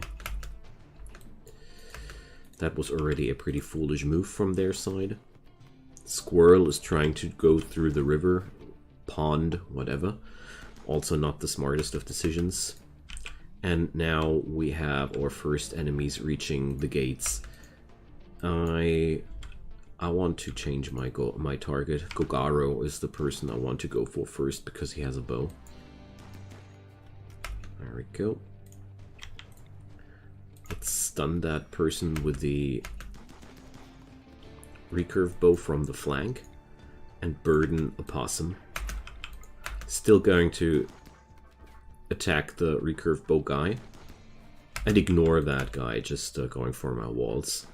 I'm quite happy that that opossum didn't really bother attacking my peeps, so we already basically won. Let's just see, where did Julian get his hit into the leg. Okay, now opossum. Let's check this out. Shooting, well, Lurkale, very neurotic, trigger happy, bloodlust. As of lately, I'm more and more considering to imprison somebody here. You know, the idea would be to use this as my living area and this as my prison, but I don't feel like I want to go down that way if the raiders are this uninteresting. Okay, now let's patch up Julian while we're at it. That went really good. Overall, I feel like that raid was super easy to take down. And we got a couple of new bodies here. 1, 2, 3, 4, 5. Alright. Keep storing them for the future, because, you know,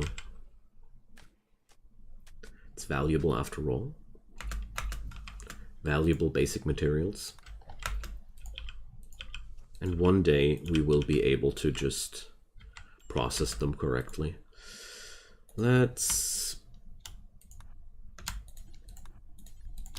do this. I hope Julian is not starving yet, but I really want to bury these guys before we do anything else. There we go.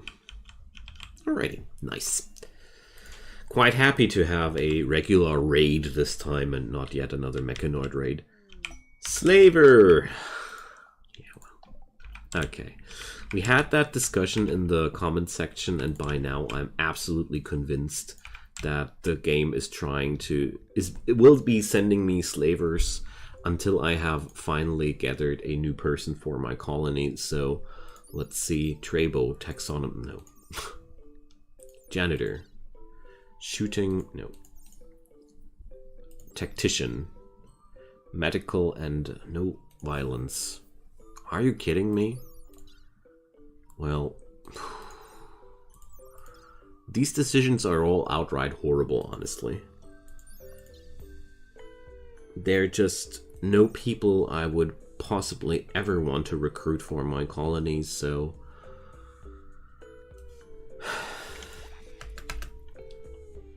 Nope. Can't do that. Simply can't do that. They're leaving the map because of the dangerous temperature really quickly. Nothing too unexpected. But at this point, I've seen so friggin' many trade caravans that were slavers that I'm very convinced that the amount of people in your colony has an influence on what kind of trader hits your town. I wasn't too convinced about it yet, because I originally thought that traders were always connected to the randomness of the storyteller. But by now, we've had so many slavers, it's simply unrealistic to assume that this is supposed to be a normal thing. Like, seriously, I can't believe that. I'm not sending Bishop out there to deconstruct things outside anymore because of his missing leg, you know. But it's right now après-May and the temperatures are quite okay. So that means we have to stock up on another colonist or nothing else will happen for us. So I'm going to fast forward now until a larger event hits town. And yet another trader hits town, and guess what? It's another slave ship. So if I'm now out of any doubt. So we're going to see what kind of colonist we can get here. Another non-violent person. Are you kidding me? So I'm going to pick up the next best person there, and it's going to be Abema, because I have no more patience for this kind of event. We have to have more people, and therefore, welcome to the crowd, Abema. You're now one of us. So I'm going to assign her, nevertheless, to the guest area first, because, let's see, well, her insulation ain't that horrible. Not good enough for the winter yet, but not super horrible either. Okay, so she doesn't have any particular qualities, so therefore she's going to be super bored, but at the same time, I picked her mainly because she had a decent shooting and melee skill, and therefore I consider her a pretty good fit for the colony. She will be just running around and mainly doing nothing the most part of the day, but that's okay for me. That's just completely okay for me. I'm going to use her workforce to stack up the penalties on the cannibalism butchery thing. And beyond that, I think, well, she's going to wander and not do too much.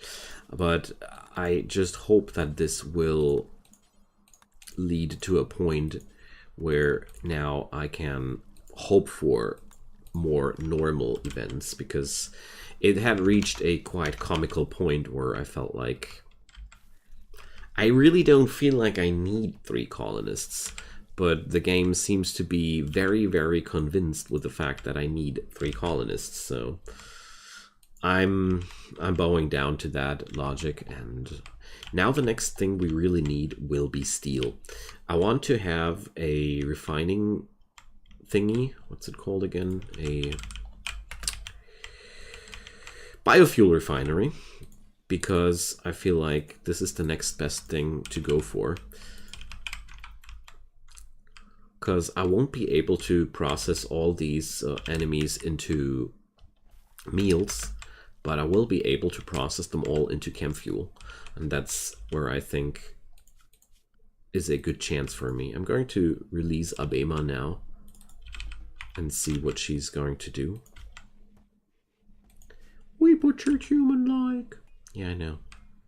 We do that all day. The downside of hiring Abema into my colony is that we now have to take way more care of what's it called again? Of our food production. At the same time, this hydroponics here is no longer able to run efficiently. I think I will be reinstalling bishop's bed now to this place. And then we should be able to drop down one more hydroponics in here. But beyond that, I feel like there's not much more we can do. We can drop down one here. I cannot really move the multi-analyzer somewhere else, so I could have optimized this grid a lot better, sure, but you know, I still don't have enough steel to build all the necessary basins that I want to have, so I'm not taking it too seriously here. All right, now let's see what happens now that I got more than 2 people in my colony, because this should change the course of events a little bit. Let's wait it out.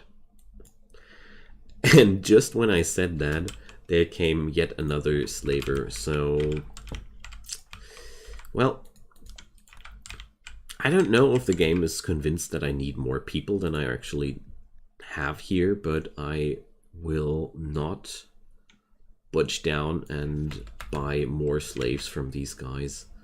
No, I just don't want to. We're just selling off these survival meals there, but the main issue here is we don't really have enough overproduction anymore to satisfy the needs of the packaged survival meal production. We will need more steel for that, but luckily the Nala Federation is already on the run, so they want to prepare for a while before they attack. We're going to use that against them. I got 3 people with assault rifles. Let's give them hell. They're also rolling with assault rifles and a lot of other good weapons, even a bolt action rifle. Not assault rifle, a frag grenade, I wanted to say. Frag grenades are, for me, among the most frightening weapons in the game. Sure, they are slow and their accuracy is not that great, but, well, their destructive power is really, really impressive. So I'm taking care of this guy's range mostly. This Griffith person is running. Ooh, wait a sec. Looks like the bolt action rifle. Wait. Is the range of a bolt action rifle actually higher than an assault rifle? It seems so. 37. Yeah, that's more. 31. Dang. Alright. So we're going to hide inside until this these guys decide to attack. Because to me personally, that's way too dangerous to stand in front of a squad which is able to outrange me just like that. Alrighty. They mostly run low-range weapons, so we only have to be careful with that Griffith person. Oh, I can't stun Sotos, can I? Alright. We don't have cover here, which is really, really bad. I have to work on that in the future, but work on cover without materials, you know. So that Maverick person is exactly the guy we need to take down first. If he is allowed to take any action on us, we're in deep, deep trouble. I'm going to take down the guy with the knife there too, because I really don't want them to take down my turrets. These turrets are way too valuable to lose them like that. Alright. There we go. Trying to take down as many of them as possible. That guy with the rifle is allowed to run away. That's okay. Whew! Adrenaline. Was a pretty nasty fight, gotta admit. But at the same time, we gained grenades, neutramines, lots of cheap guns which we can smelter in.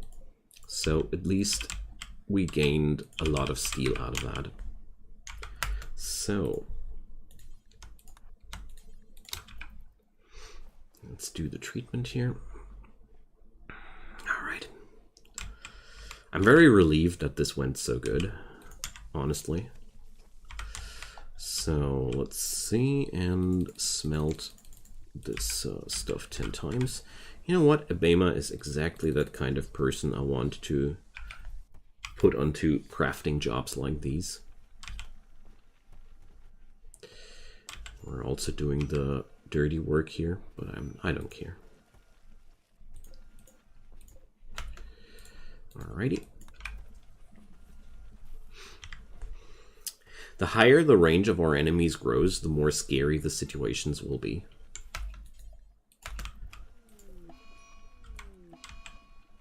Okay, Bishop went into a daze because he observed a corpse. Okay, I can't really allow that to happen. I need to arrest him here because he has to sell out the hydroponics. It's so important that he does that we're going to use the good old prisoner trick.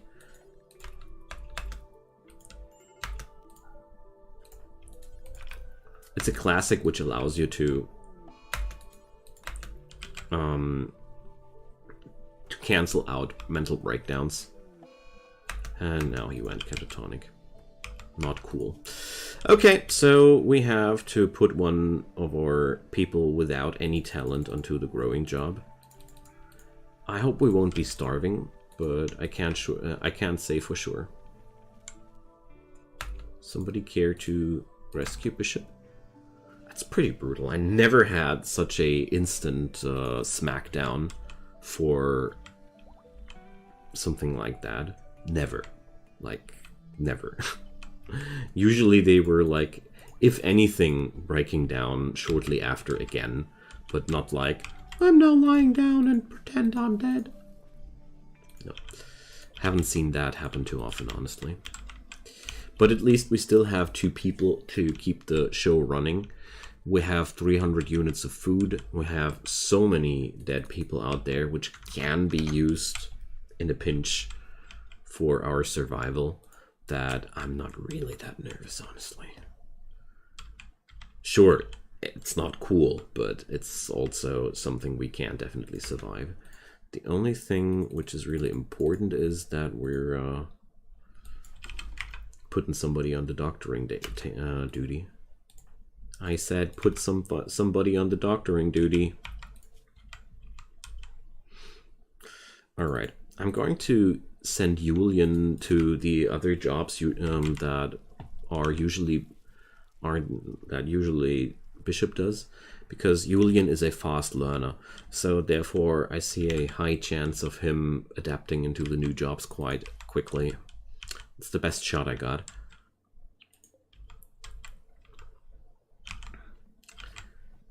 I guess there will be food poisonings, but you know, rather have those food poisonings than have no food at all. We could also go for a Nutri-Paste dispenser at some point, but let's just see how it plays out. Alright, the first batch of rice plants is ready. Ugh. Hospitality for nobles. Ha! Sure thing. But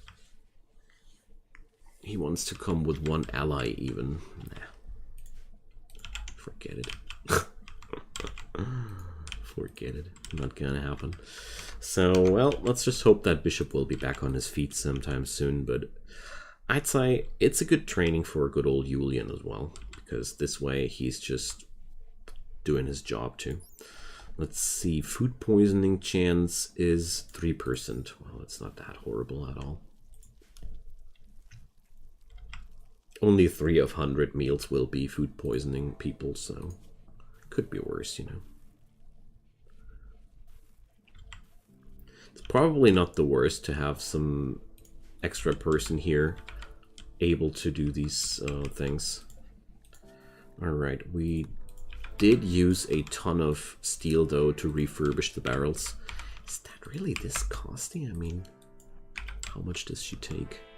3 for 2 shots. My god, these things are inefficient. Good god. No, no. I'm just deciding that I'm going to flick them off and only keep them on when I really feel like I need that. Because the amount of steel I'm wasting on my defenses is just insane. If every double salvo is actually 2 units of steel or more, ugh, Not cool. Not cool at all. Okay. So, at least Julian is now on plans too. Okay. Let's see what will happen beyond these things. I mean, at some point there should be a bulk goods trader again. I mean, I even picked up a third colonist now to counteract these things. It has to bring me something at some point. I don't know when that point will be. Oh yeah, psychic drone. Let's go. But at least it gives me the feeling that we are slowly progressing somewhere. I do like the fact that Julian is actually gaining something. Sorry guys. This is growing slowly too much for me. Because I don't know how many years we now have endured, but there's seriously nothing good happening so far since I don't know how many months, if not years. That's just outright outrageous. So what I'm going to do now is I'll keep Julian on the plant duty, because this way he'll learn that as well, because it dawned on me that it might be foolish to have all the talents allocated on one colonist, and you know, and this way we might be able to do this as a duo job, or I don't know what. The only thing I do know is that my food stocks were dwindling really rapidly during Bishop's absence, so a exotic goods trader. I don't know why the game is doing that to me. The only thing I do know is it is doing that to me. Yeah, there's again nothing I can sell to these people, so we just have to cope with it.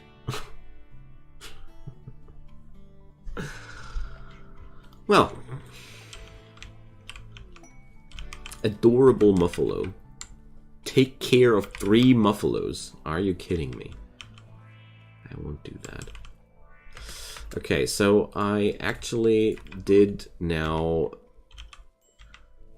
bring up a third colonist to see if that's actually really just bad luck, because I don't have enough colonists, but I'm losing my faith in my theory I have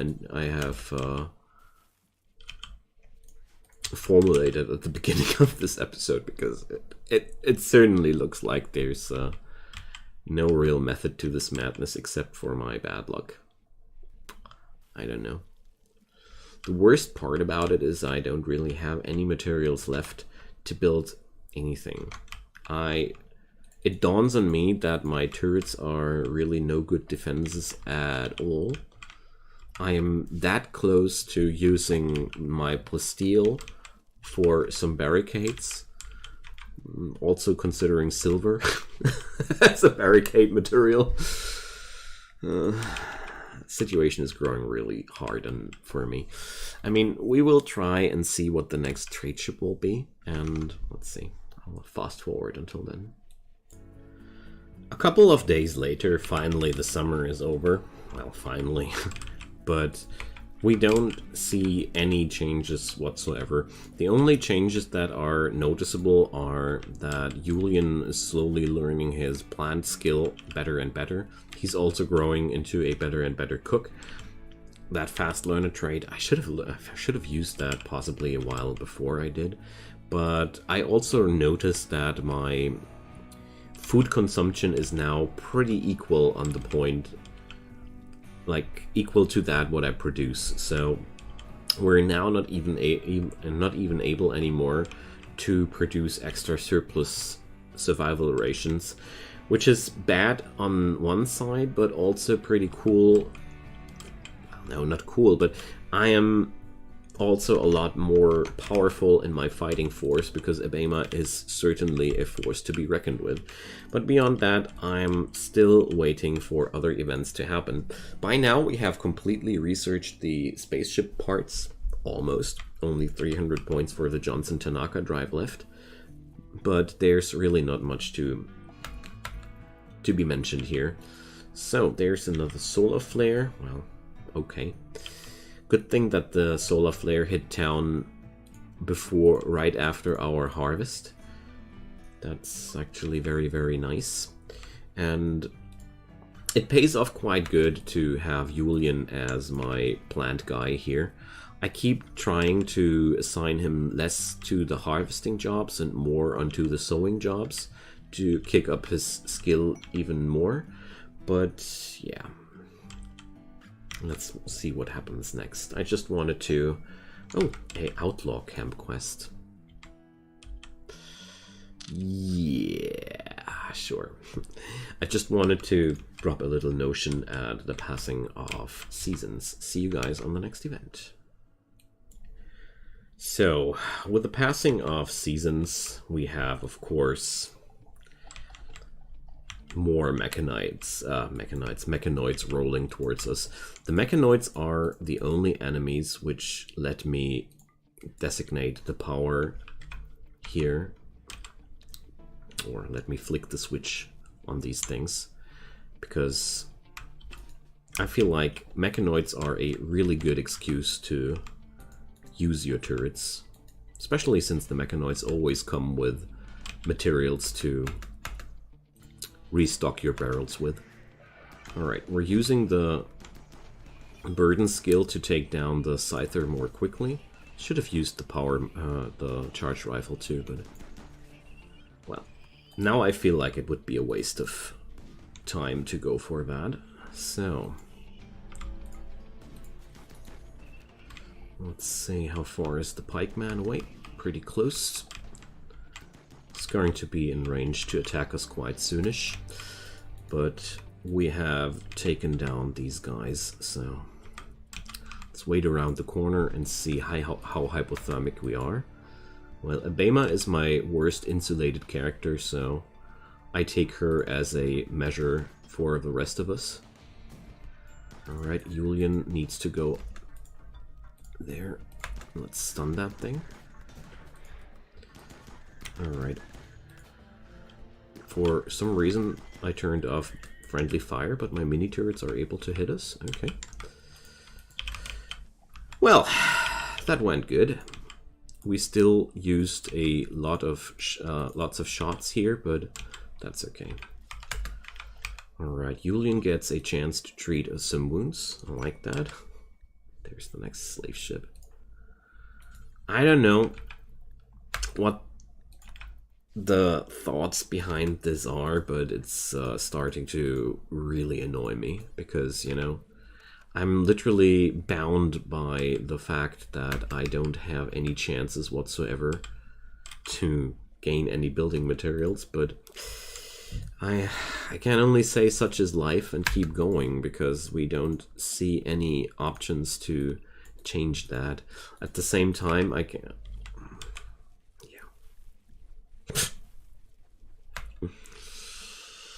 Whatever. Whatever. Now I can't even say anymore it's because I don't have enough colonists. The worst part about it is I don't see any chance whatsoever from my side to increase the amount of colonists even further, because, you know, 3 people are my limit. My food is on a stable amount with that, but if I would add more colonists now into the mix, I feel like I would be instantly losing the balance, and therefore it's not good for us. So, dang. Go away, old school partners. I really need the necessary steel to build myself a biofuel refinery. That will be the next big leap, because I wish I would have done that a while before, because with this building I can just refine human meat into chem fuel, and as far as I know, chem fuel is a resource which is being bought by all manner of different traders. This wouldn't really change anything with my issues that I still need building material, but at least I could trade more often. Until then, I can only say I have to accept it, and let's just hope that the next few ships, traders, caravans will be less bad for us. But until then, I gotta say, we fought a couple of really good fights today, and thank you guys so much for watching. This is the end of today's episode. I mean, it can't be going on like this forever, but at least we got a new face into the colony. Abema is a really good fighter, and therefore I think she is a good fit to the colony. Also, she has a pretty decent social skill, so it's not my favorite. She's not my favorite pick, that's for sure. But at the same time, I feel like we could have ran with a lot of worse people there. Alright, so drop me a comment down below if you have any ideas what I could do or any thoughts you might want to share. I'm more than happy to listen to them. And as usual, leave a thumbs up if you want to support the series. I'd be more than grateful if you did. And leave a subscription on the channel. I do daily videos, so if you like that kind of content, just subscribe, turn on those notifications, and you will be not missing a thing in the future. And just for the end, just wish me good luck with those traders, will you? Thank you. See you guys soon. Bye-bye. Hey there, friends. Welcome to episode 27 of my Sea Ice series for Rimworld. I'm Icon, and today, well, let's just hope that we will today see some resupply of building materials soon. Because honestly, there is not really much these poor guys can do out here on the ice. The news are we got a new character in the colony, and we are now at a point of food consumption where I'm not even able to produce anything besides food anymore. So we're really down to our luck and hoping for some good caravan trade ship event spawning soon, because it can take forever at this point. We are now past I don't know how many slave ships and other unnecessary traders, so something good ought to happen at some point soon. We can't really have bad luck all the time. So since there's not really anything I can do beyond waiting, I'm going to skip forward to the next event. 1.5 days from here, we had a big event. No, not really. We had a spaceship chunk crashing from the sky, which was kind of like the biggest thing happening in the last few days. But I don't want to sound too mopey about that. Spaceship chunks do yield a multitude of valuable materials, and we can ultimately trade with those components again. So let's see, Husky sitting. 4 Huskies for 23 days. Well, this is technically not even really possible for us, unless we would go for feeding them raiders all the time. But most... Okay, I'm not doing this because of 2 reasons. Firstly, I don't want to be responsible for 4 dogs for 23 days. That's just a ton of work to keep them sustained and everything. I mean, we do have a lot of raiders too. The food won't be that issue, but the micromanagement and the moral debuffs from seeing dead corpses will be. And beyond that, 23 days are a really, really long time, and 4 Huskies do have a certain monetary value. If I add them into my colony, the attacks will grow stronger. But at the same time, I can't use these Huskies to fight off my enemies because they have to stay alive. So that's...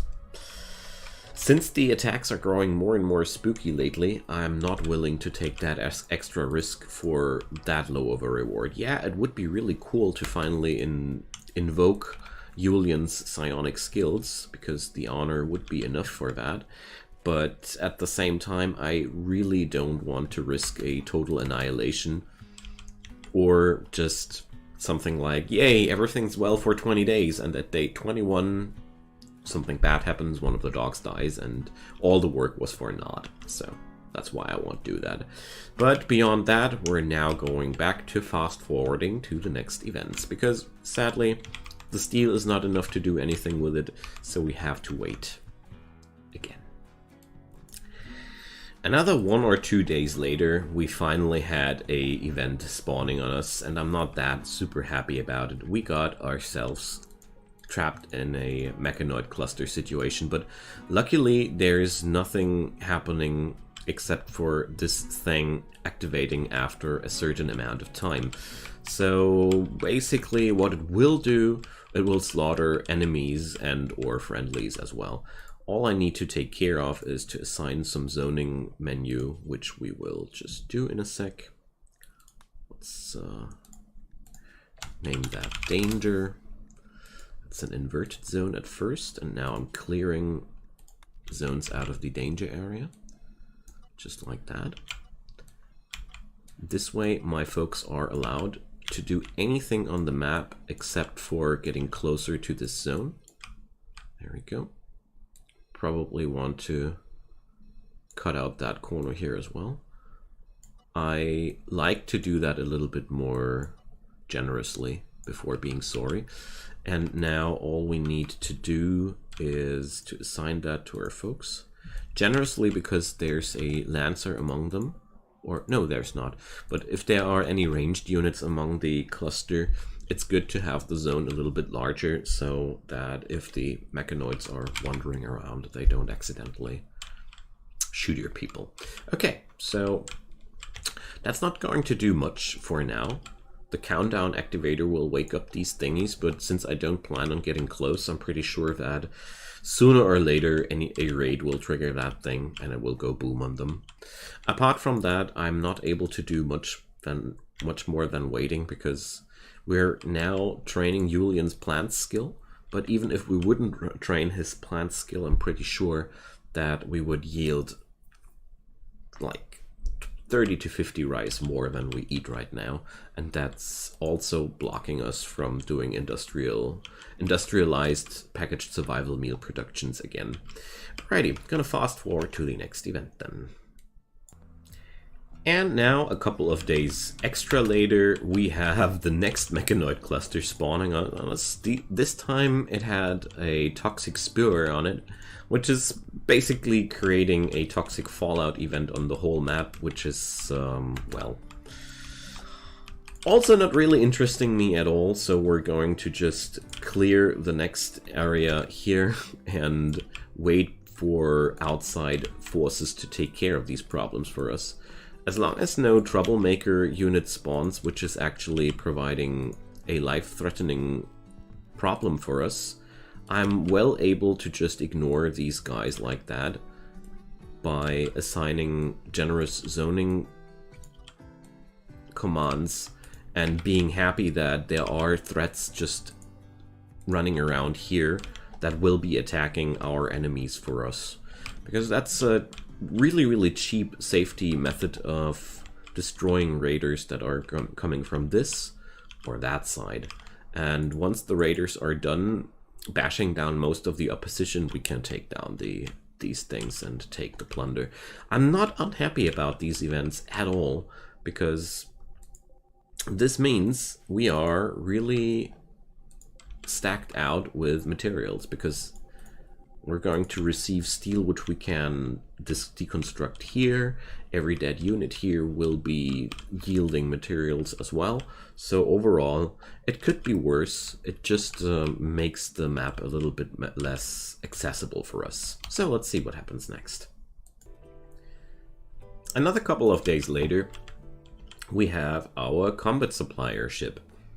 Of course, a bulk goods supplier would have been too much to ask for. But at the same time, let's see what these guys have in store for us. Pretty good armors, that's for sure. An EMP launcher was not really necessary for me in that situation, but there's the stuff I was looking for. A smoke launcher. Smoke launchers are just awesome. We're going to pay for that with the components we found. Funny enough that we're now exactly using the components I was featuring a moment before. And long story short, with a smoke launcher, we would be now able to clear out that cluster if we really would want to. As long as your units are standing in a smoke cloud, Mechanoid turrets can't lock onto them. So with a smoke launcher, you can slowly advance towards turrets and take them down risk-free. That's why I definitely wanted to have one for sure in my colony. So big gain for us, big gain for us. But beyond that, well, needless to say, it would have been nicer to get a bulk goods trader, but what can we do? Let's fast forward to the next couple of events. Just a few hours after our trade ship arrived, we get a quest from a friend calling us to defend him, but a 82-year-old bartender chased by more than a dozen of angry archer people are nothing I want to step up against, while half of my folks, no, 2/3 of my folks are suffering from food poisoning. Lately I started to train Julian in the art of cooking as well, and therefore food poisoning events are happening a little bit more often. The problem is just if a food poisoning incident happens while you are cooking a batch of 4, the food poisoning is in all 4 of the meals. So as you see here, they are reinfecting themselves again and again, but it will stop ultimately when the faulty batch has been eaten up. But before that, the pukies stay in town, and I much prefer not to fight during phases like that. You can counteract that easily by not letting incompetent people cook, or just use nutri-paste dispensers. That's also a way of keeping this disaster away from you. So Julian has enough of all that, and he's hiding in his room now. Relatable, but not really helpful either. Luckily, there's so little work to do that we're not really in any trouble with that. We also researched the recon armor technology, and I noticed that the recon armor doesn't need any steel whatsoever. So once we get our hands on a little bit of uranium, I will most certainly build a few more armor parts. I am also considering the recon helmets, because we do have a decent supply of plus steel, and it would make our people a little bit better armored against the things to come. But at the same time, deep down inside, I'd much prefer to build a piece of armor instead. But, well, I haven't fully thought this through yet, but what remains to say is we're still waiting for more building materials. Let's see what happens next. Now, after something like almost a week has passed, the next event happening was, of course, a Mechanoid hive attacking us one more time. That's, I'm saying it like that because we are here in a map during winter that features temperatures where no human being could survive. Once the game has lasted long enough, the storytellers no longer send enemies after you, which will ultimately just die in the environment there. So during winter now, we're only being attacked by mechanoids, and that's just what we have to expect nowadays. Now, I'm waiting a little bit inside because the strike force here is consisting out of 2 lancers and a pikeman, which we can easily topple. But what's really important first is that we got to wait for the Lancer to engage on the turrets before we start to attack it. I don't want the Lancer to engage on my other folks. It's really important for me. We have to step back now, or no, we don't. Okay. I guess the pikemen will go on our other people now, but that's some risk we have to endure. Abema got a shot into her leg. We can consider ourselves lucky that she got to keep that leg. And now we're going to chain stun the pikemen to avoid further damage. I don't want to lose anybody here against these monsters. So spamming stuns is an adequate way of countering a couple of shots. Bishop is now overheated, but we did it. We won that fight. That's good. None of our turrets died, but we did lose really much steel in the process of fighting them back. Just hope that the refurbishing of the barrels won't be costing us more resources than we gained. That would be really unfortunate, but the chances are that we're going to spend more steel than we gained. Alright. I'm very, very happy that Abema was allowed to keep her leg, because honestly, that's one of the biggest problems with the Mechanoid attacks.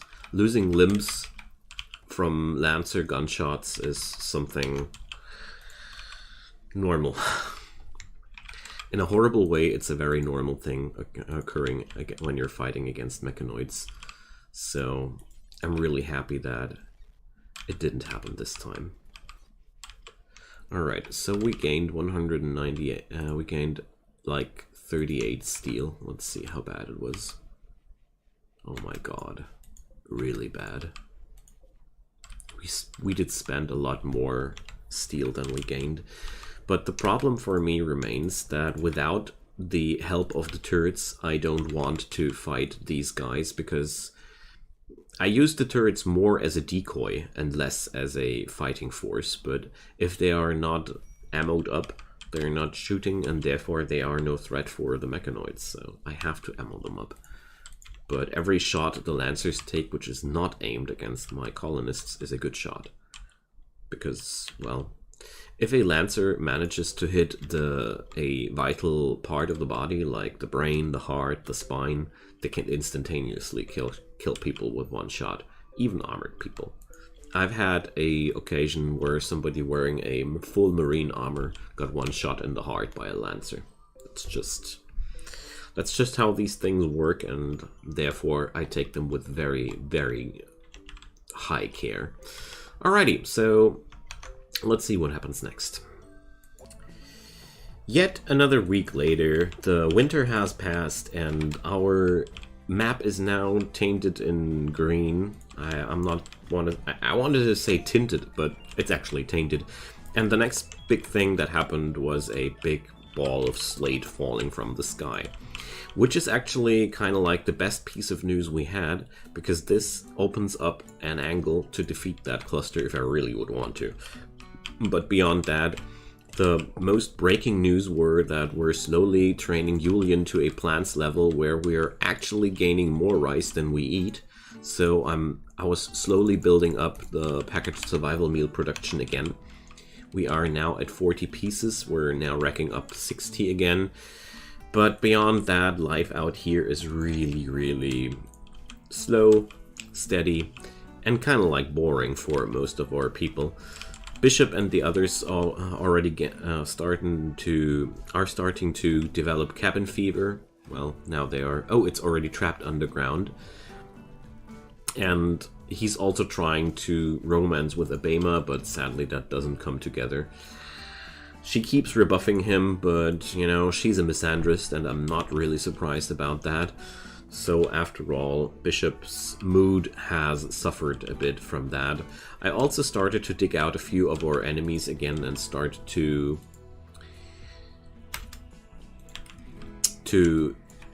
engage the resource gaining process again, because we are, after all, slowly running low on meat. And also the leathers are very, very valuable. Beyond that, I felt like it's time for a new armchair here in the colony, and that's pretty much all that happened in the last 9 or 10 days. We are still sitting it out. The toxic fallout here doesn't really matter for us at all. I am just waiting for the next event to happen, and let's see what happens next. And the next trade ship has hit town, and guess what? It's yet another combat supplier ship. At least they're not sending me slavers every time they send me a ship, but sadly the next combat supplier is not really what I was waiting for. We're just selling off our survival meals here. I won't be buying anything from these fellas because honestly there is nothing to buy. But I'm not too unhappy about that. Oh, we're actually being attacked at the same time. Now that's At least worth mentioning. Ha. Well, I'm a little bit sad about the fact that we're getting flooded like that with things we don't want to have. But, well, what can I say? Such is life. I need to check out the message here, though, one more time. No, they're attacking immediately. I've only seen that they were attacking from that angle, but I've noticed that there was a different angle, too. Just don't know where. These are the guys that are lingering around all the time. Ah, here. So it's 2 pikemen and 1 lancer. Okay. So let's wait it out for now. And Bishop went onto a food binge. What a timely thing to do now. So what I want to do now is I want to imprison Bishop in response to that, because we are really not in a situation where we can't afford him to be in a food binge. We really need his firepower right now. So therefore, Bishop, grab your gun, get over it, man, and start shooting. Alright, so we're going to start with the Lancer there. I'm quite happy that I get to start with the Lancer. As usual, waiting for the turrets to open fire and then taking the situation in our own hands. Take it down, please. Alright, we got that. Seems like Julian's position ain't bad. Oh, we already took down the other pikeman. Very good. So it's only 1 pikeman left. I'm stepping forward past the turret here because I'm way too concerned about the turret exploding on us. There we go, but fight already won quite quickly. So yet again, our turrets are shooting out more ammunition than we gain from that, but overall I'm not that unhappy. So, and with that one, we're going to try what happens if Bishop and Abema are sleeping in the future in the same room. Maybe that'll change something about their feelings towards each other. I mean, a romance between 2 people in that environment would be actually one of the best things that could happen to us. Because, you know, there are really not many stronger mood gainers than a regular companionship, including some loving, of course.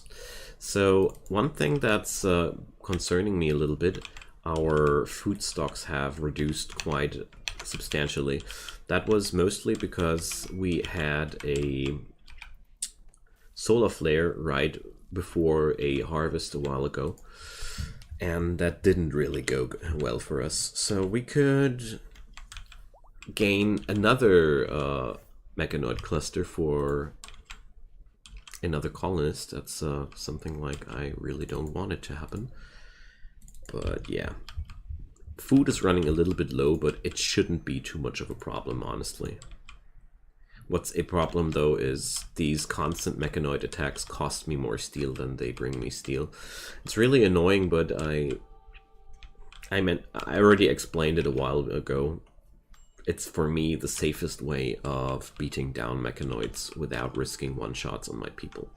Alrighty, so let's see what happens next. I consider it as a strange kind of humor what the storyteller did to me the last few days. So we had a meteorite of compacted steel here, then we had a meteorite of compacted plasteel here. This late one you already knew. The problem here is, as much as I would love to mine these out, the clusters here are heavily obstructing the way. And I really don't want to mess with these Mechanoids unless they get provoked by something else.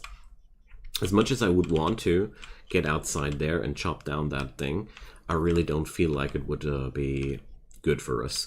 Although, I'd say, let's try if we can mine that thing out without Julian going to die by toxic fallout. There is a decent chance, in my opinion, that nothing bad will happen. Right. Let's see. Abema is also on the mining front. How good is she at mining? Not really good. But this might be at least enough for us to start working on the chem fuel refinery. The problem about the chem fuel refinery, though, is quite simple. Ooh. That seems to be a bad idea. So we have to arrest Abema. The chem fuel refinery is really important for us to gain money in general. Let's see where she's going to stroll to. Is she? Yeah, okay, she's going back inside. I was just concerned that she might be not going back inside after all. But now hauling that stuff is yielding us very, very high moral debuffs. And let's harvest that. Okay, he is not able to harvest that. But since it was a pretty harmless breakdown, I'm quite happy about it. Because, you know, a catharsis is providing you relief for quite a long time.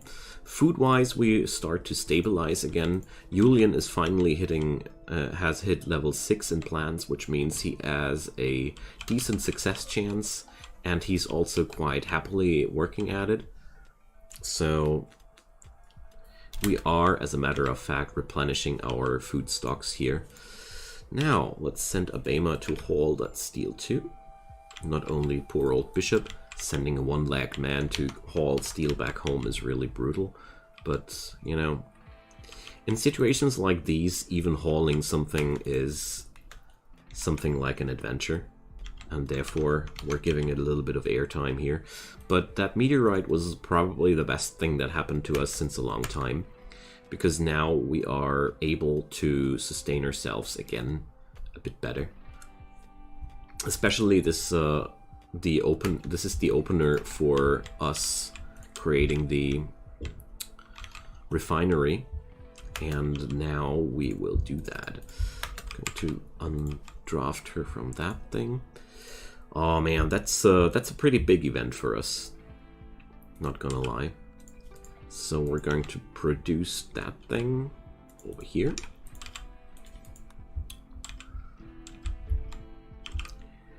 Now I feel easily capable to spend 150 silver steel like that. And most importantly, now I can process that human meat constantly without having to wait for the rice to back it up. So, power.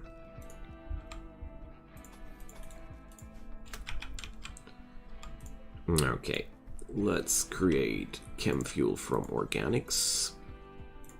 And we're only gonna do it out of human meat. Wonderful. So this way our enemies will now provide steady supply of tradable materials for us. The only issue I got is that this stuff is highly explosive, so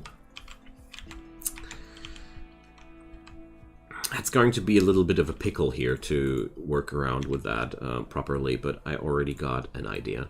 So I'm going to shrink out the zone here like that. And I'm going to create a new stockpile zone inside here like that. There we go. And that's going to be where the chem fuel is being stored. This way there is a lower chance of an explosion event just outright destroying all our items. But at the same time, it's not that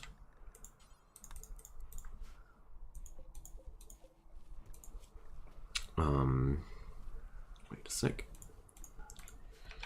But at the same time, we are still quite limited with our storage area now as well. I see the problematics with that, but if that stuff explodes, we're in trouble anyways. But well, for now it'll do. I gotta wait until I got new opportunities to build. But speaking about new opportunities to build, there is finally a bulk goods trader approaching. So let's see if the bulk goods trader will trigger the enemies, but obviously not. Okay, let's trade with reindeer.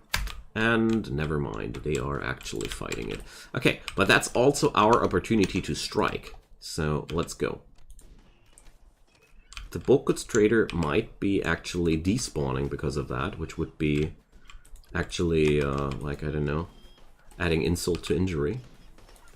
But I feel like if there was ever a good moment to take that fight, it is now. Okay, let's slow down a bit.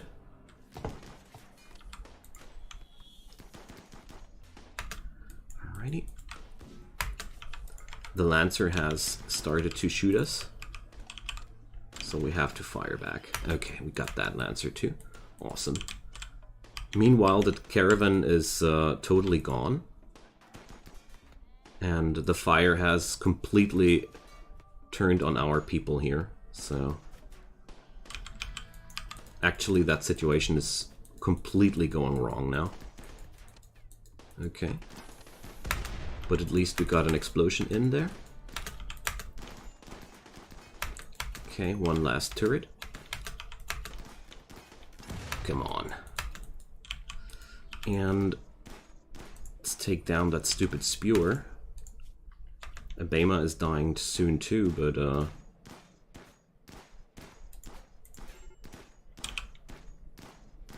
if we don't take down the spewer, we got other problems to take care of. Okay, so first things first, we're going to put down a sleeping spot here. And gosh, I hate it when that happens. Okay, Abema is dead. Where's Julian going? Why is he moving towards there? Nobody can tell me that. Yeah. Alright. He's not hypothermic, so I'm going to allow him to treat himself.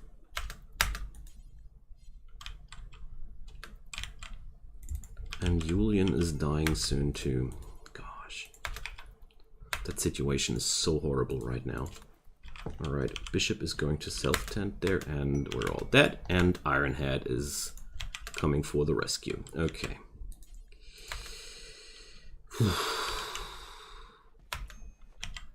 Is Julian rescuable? No, he's not. He's dead. We're back to 2 people. I'll just accept that like that.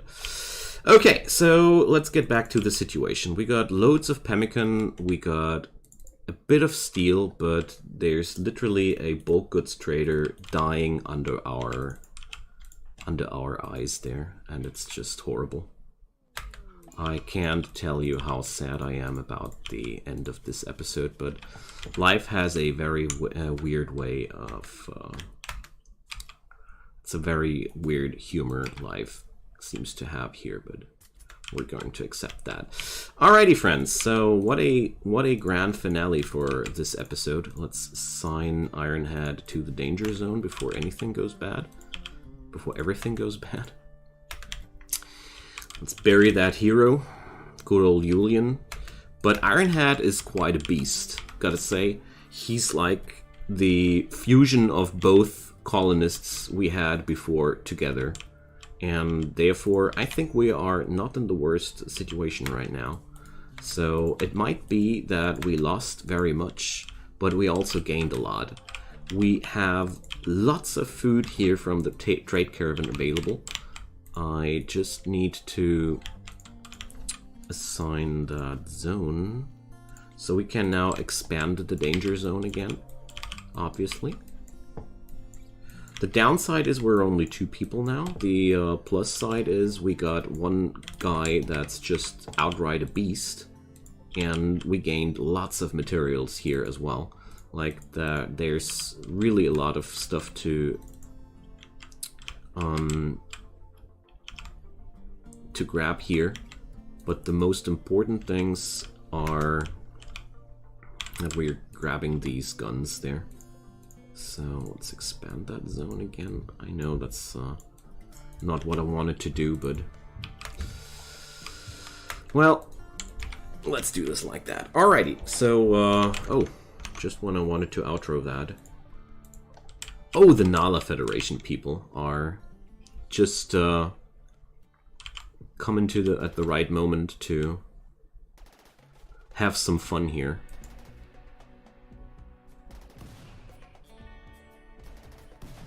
So let's see how this goes. Jeez, that was like one of the most pathetic attempts to crack down some mechanoids. Alrighty friends, so that's gonna be the end of today's episode. Thank you so much for watching. We compressed like almost 3 seasons in one episode, but I felt like I didn't want to have an episode full of nothing, so feel free to drop me a comment down below. I would be deeply appreciating feedback about that, because, you know, I want to make this series as entertaining as possible. And besides that, of course, leave a thumbs up on that video if you like my kind of work. It goes a long way when you help me like that. And another thing, there are also links in the description below to my Twitch channel, to my Patreon, and other ways to support me. And since I'm doing daily shows and solely relying on advertisement incomes and such, you can help me a great deal if you decide to support me as well. It's up to you, no pressure behind that. I'd be just very, very happy if there would be some coffees flowing towards me, or whatever feels like a great thing for you. Don't mind me about that advertisement too much though. I hope you guys had a great time and be coming back the next time when we're going to deal with all the fallout of the events past. Because, you know, ooh, what a nice outro. Bam. That's that. See you guys next time, and thanks for your time. Bye-bye. Hi there friends, and welcome to episode 28 of my Sea Ice Survival Challenge. I'm Icon, and well, today we greet Ironhead as our new friend. Last episode we had a series of tragic deaths, and Ironhead is a very versatile person, and the first thing that I want to do is to create myself a prosthetic leg, because I'm worth it. So Ironhead's medical skill is high enough to give us a decent chance of succeeding at transplanting that thing, and therefore I feel like it's way to go for us to finally craft ourselves a real leg for Bishop. I didn't want to go for a peg leg on him because, well, are you kidding me? We're now seeing a toxic fallout after I have cleansed away the toxic fallout. That's very ironic. Okay, so that means we have to undraft Bishop because he has to eat something. And then he has to haul as quick as possible. At least the pemmican has to be hauled back home, as much of it as possible. Simply because pemmican will rot very quick. You see, the toxic fallout destroys things lying outside at a very, very quick pace. Sadly, I have to let Bishop rest up a bit. Ironhead is back to himself, but he has to rest too. Now, I have the slight feeling that the pemmican will last at least one day. The corpses of the fallen here won't be available for us in the future, but, well, we can change that for now. But the good news is we have uranium, we got plenty of steel up here, we even have a plus steel meteorite here. Well, there's still a couple of enemies hanging around here, which is really sad, because these items here will be deteriorating too. Well, the scythers are at least pretty roughed up already, so there's a decent chance of us taking that down nevertheless. Alright, so we got that prosthetic leg made, that's good. The other problem I got with that site down there is, well, I might be able to smoke bomb them, but somebody has to wield the smoke bombs. My original plan was to go for a attack scenario with 3 people, but with only 2 people available, this whole idea falls kind of flat. Alrighty, so what's here? There's tons of rice plants lying ready to be harvested. I don't like that. So I did pick up all the food that was salvageable. There's one component lying out there. I don't mind one component too much. Okay then.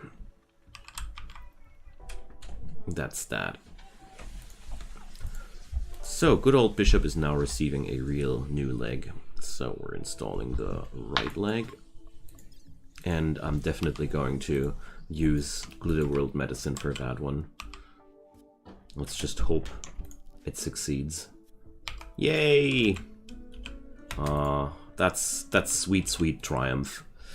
Okay, we need to configure Iron Head here as well, because that's not really good here. Iron Head is an insanely good crafter. That's pretty nice. I also want that stuff harvested. For real. We're wasting our time and our resources here by not harvesting that. Luckily, he's too smart and has even a passion for plants, so that means he'll learn planting in a insanely fast time. Combination of passion and too smart is quite insane. He might be sickly, which is one of well, I consider it as one of the worst traits even, but, you know, it could have been worse. Alright, looks like the deterioration of metal items is not quickened when there's toxic fallout. I only know that bodies are deteriorating rather quickly under these circumstances. Whoopsie, I left them a hole open there. Okay, so for now I want to lay low a bit until we have this situation under control.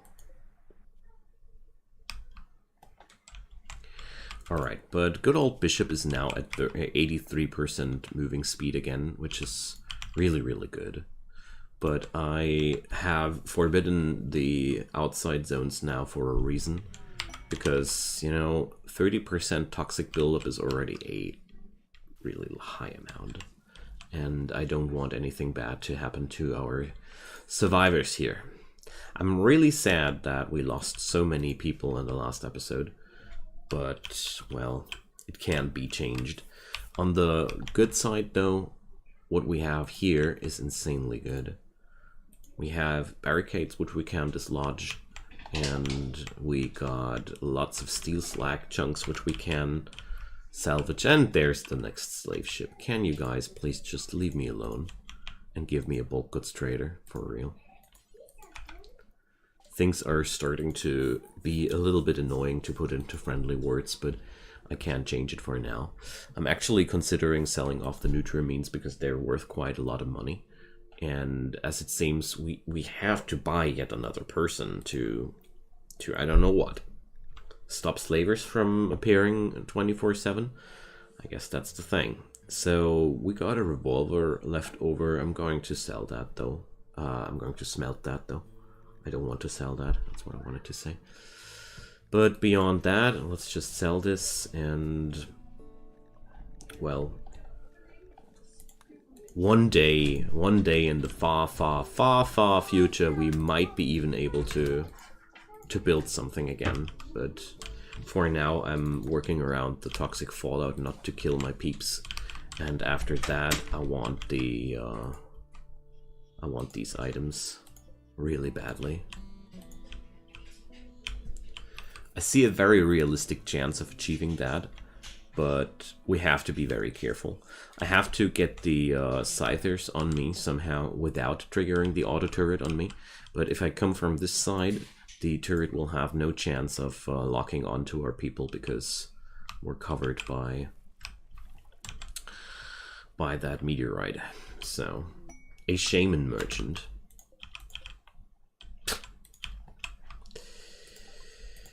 Yeah, hi there guys, I guess, or whatever.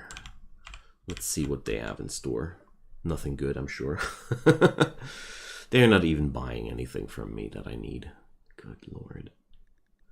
I mean, they would be selling at least plasteel. Let's not be too mopey.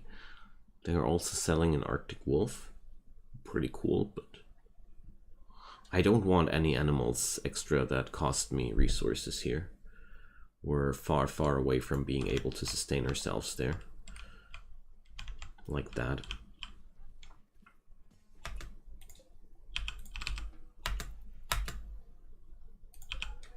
What's Ironhead doing? Okay. So, sadly, they are too dumb. Alright. Can't do much as long as the toxic fallout is rampaging out there. But I'm very, very keen to find out what the... oh, too bad. You know, they could have went down there. They're leaving because of dangerous temperatures. Good riddance. Yeah, well. The good news, we're now down to 2 people again, and that means we can safely create slave meals. What they're called again? Packaged survival meals without problems. So that's a good side. But on the bad side, I really need to get wait out the toxic fallout before I can do anything here, sadly.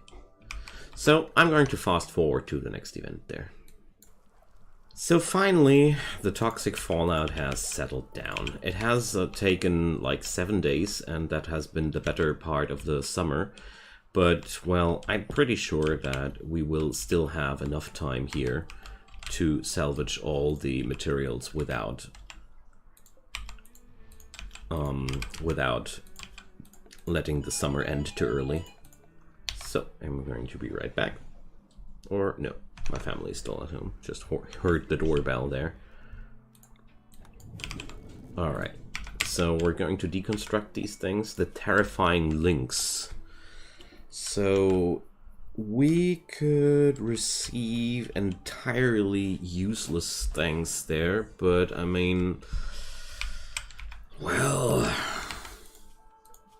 I'll definitely take that quest, because we'll receive mercenaries, which we can control, and the lynxes, well, we're just going to sit inside and wait until it's over. But first, let me harvest all that can be harvested here. Luckily, our peeps here got enough insulation that the weather right now doesn't really bother them at all. So we're safe to pick up all these juicy, juicy tidbits. The only thing I'm sad about is that we lost our miner. Beyond that, my situation is way better than it was before, honestly.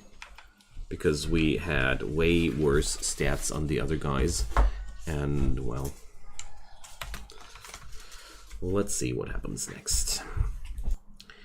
Now, we are not really seeing any new events, but I wanted to go now and attack the Mechanoids down there before the quest is expiring. Just waiting for the next harvest to happen, and then we're going to accept that quest. We get 6 fighters under our control, and we have to fight off a lot of lynxes. So to get that going, we're going to start and... Mega spiders? What the heck? We're going to start and turn off all the turrets. That's very, very important, because if we leave the turrets on, we're going to be... They're going to fire at the lynxes, and that would be very, very uncool. So reward-wise, I will take the Goodwill and the LTEX shirt, but with the Goodwill, one day I will be able to... with the Goodwill, I will be able to one day call these guys via the comms console, and therefore that's very, very desirable for me. Okay, we're going to pick up all the folks now, and let's go to war. I don't expect any of them to survive this, but I definitely want to send them in there and attack. There we go. So with that out of the field, we just have to stay careful. We got 12 hours until the lynxes arrive.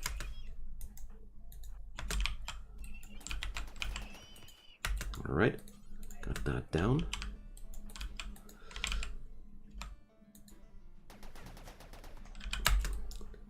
Wait a sec, they even came with shield builds? Are you kidding me? Wow, that's luxurious. Alright.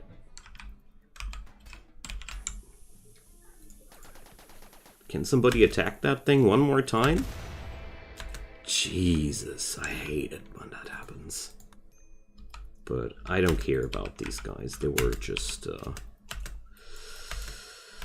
just here for that one purpose, removing the Mechanoids from me. And we'll even get extra rewards for that.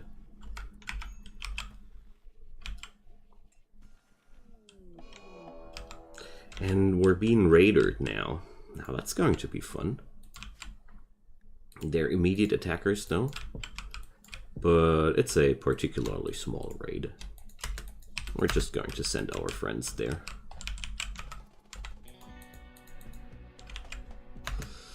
Ironhead and Bishop will be outside and supporting that.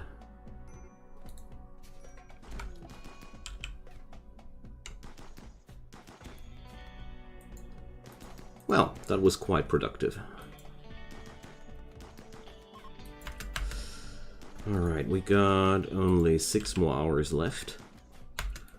But that's actually really enough to hurry up and haul some stuff.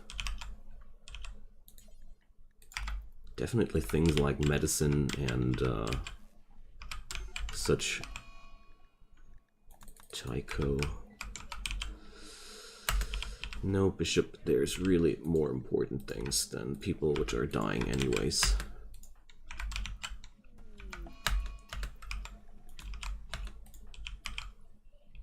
Alright.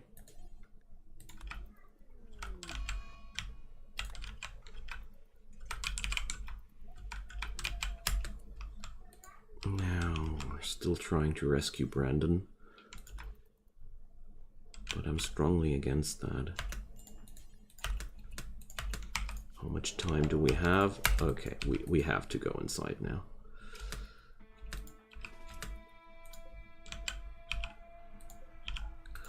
Lock up the doors! The lynxes are here. Oh my god. Gotta say, this is scary. 24 lynxes are a massive army, which they would rip us apart. Let's be honest with that. They'd rip us apart.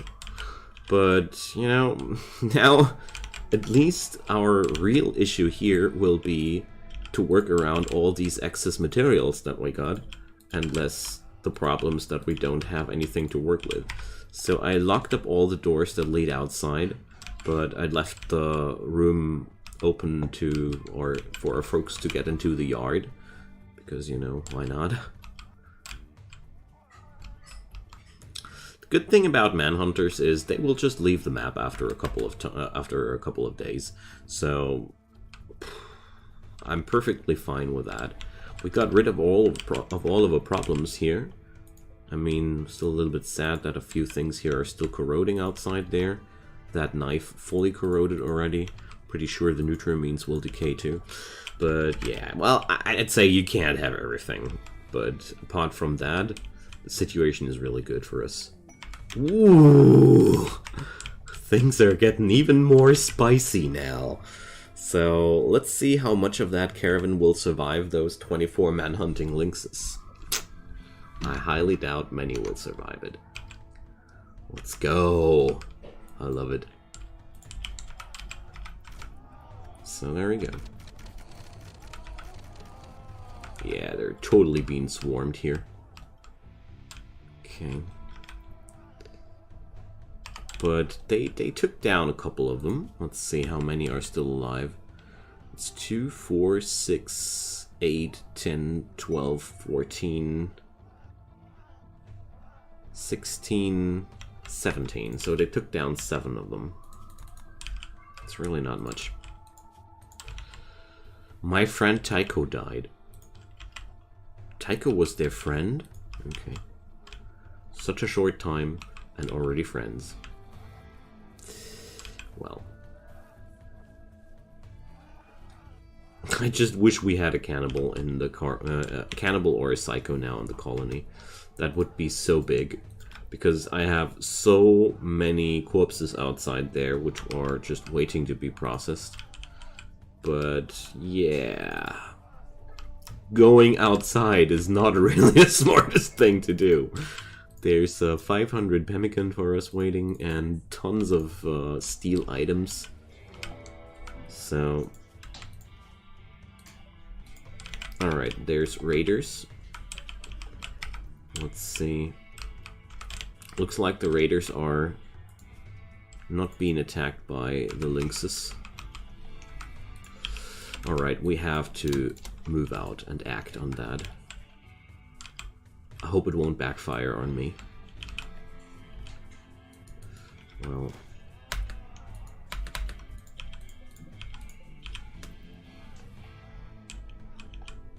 the lynxes are slowly leaving the map. Let's see what happens. So... I don't really want to press my own attack while there are still manhunters outside there. There we go.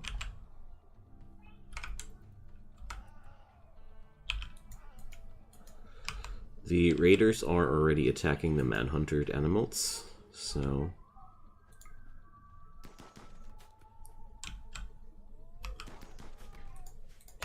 Ooh, there's even a dead lynx outside there, which is still skinnable.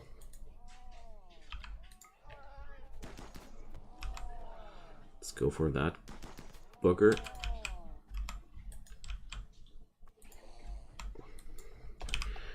So, let's see. That squad is happily hunting another lynx. Okay. There we go. Jeez, there's a lot of work to do.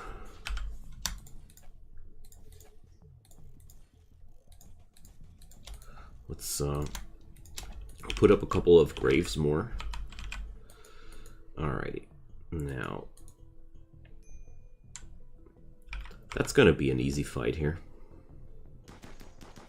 Almost pity these fools. Almost. Alright.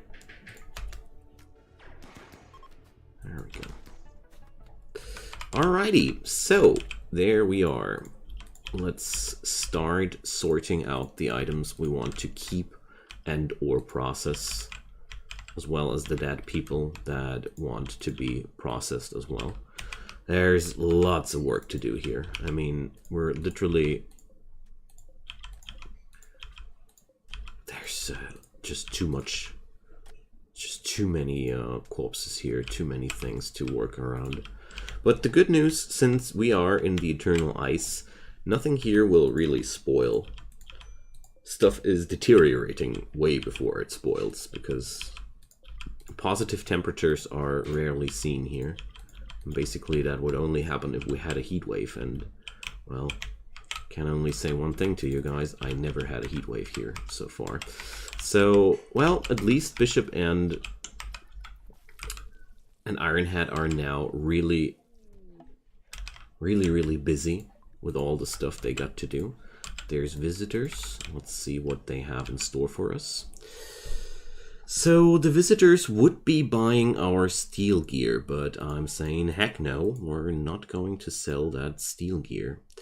Well, they'd also be buying our clothing here, but let's see, what do they have for sale? Some pemmican, some beers, but beyond that, well, I'm going to buy their pemmican, because honestly, why not? Because honestly, why not? But beyond that, so these guys, let's see, from which faction are they? The Covenant of Danabor. So that's sadly not the faction I want to befriend myself with. Mainly because they don't feature any steel. I don't need any faction that don't have steel. Wait a sec. There was still a Lynx outside there, which was aggro. That came unexpected. Let's see if it stays juicy after we kill it. Sadly, no. Alright, we got an Eltex shirt, which should be actually a good thing for Bishop to wear, but I don't know if he will, honestly. Alright. We got a big relation upgrade, which is one of the most appealing things that has happened here. And, well...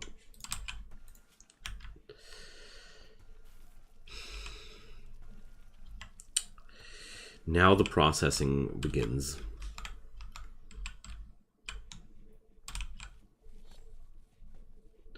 But I also gained a lot of Panthera fur out of that. A Royal Tribute Collector, wonderful, things I don't need. Episode 340. But, you know, I don't want to sound too mopey. We received so much good new stuff there. I'm really, really happy about that. So right now, I say Bishop is butchering himself into a mental break. But tell you what, I don't even care right now. Out of a simple reason, we have all we need to put him down. Let's see, Ironhead has only a 60% chance of arresting him, though. That's a little bit low. But beyond that, well... I still feel like it is not the worst idea to do so.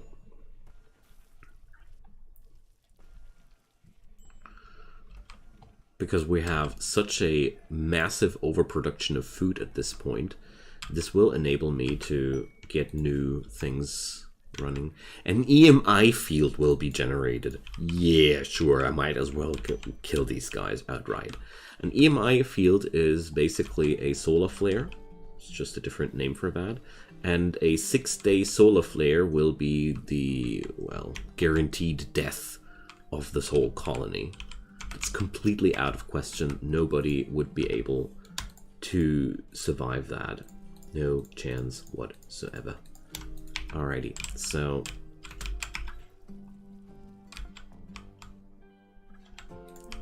we're also starting to bury these guys more and more, which is totally okay for me, because buried people are not yielding any more moral debuffs.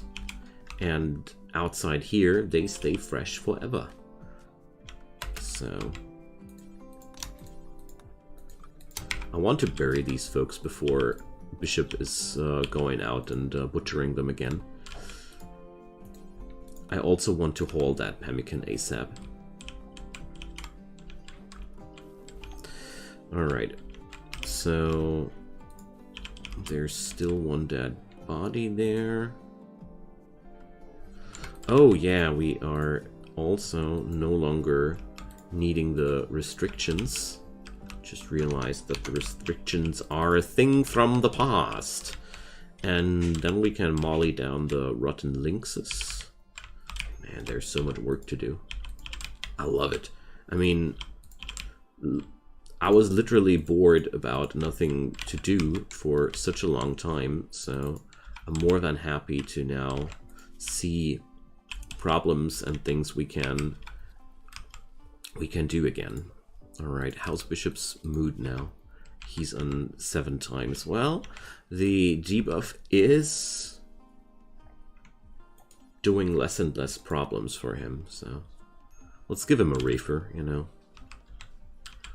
Let's go for the reefer therapy. But we are also on a really we're on an all-time high of steel, and therefore I really consider to make us some other stuff in the hydroponics soon. Probably a batch of heal roots even. We can do a lot of different things now with the resources given. So... oh, there's another... jeez, there's so much to plunder here. I love it. So these bodies here, we're gonna molly them in yet another summer, I guess. But that's gonna wait because that's not that important. Here's another dead body. Here's a steel slag chunk. There's a steel slag chunk. Yeah, we're quite rich. And Bishop has a new leg. I'm so happy for him. He really deserved. Well, it's not quite a bionic, but, you know, we're gonna be getting there. So, why is there only such a low amount of meat there? Well, never mind. We're going to make some chem fuel too. Because we're pretty stacked right now, gotta say.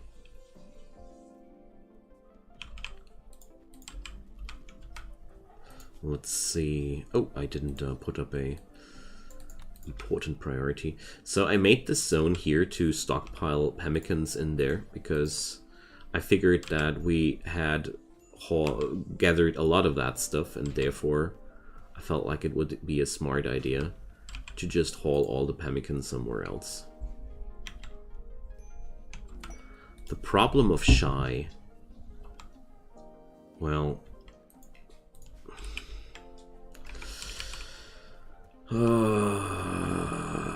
that's gonna be that's a tough one, because these problems can be outright deadly things like an EMI dynamo, for example, or just a pretty harmless raid. So, well, I'm not gonna do it. I'm really too scared that this is going to be a really nasty event that will endanger our survival for real. Right now, I'm super happy that everything is going that well. We got Ironhead being a real Superman and just doing all the work we need to do. And well, my stockpiles are brim-filled, and look at that! Sorry guys, I had to. I simply had to. Alright, now they got 3,700 silver. Let's see how much we can nip from them. So alone the prestige robes are 2.5 grand. So they are defo not getting away with any money here. So we get 4k out of that. We're going to sell away this the packaged survival meals as well, together with the chem fuel. I'm not worried at all that I'm not gonna be able to spend that money. So a limestone chest table, well, not that interested.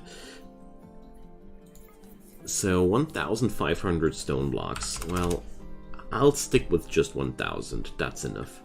I want to buy all their steel though. If you ask how much steel, all of it, because we can. Then I want to have that gold. Okay, so let's check out what I can sell beyond that. Can I sell away the leathers like that? Yes, I can. Good.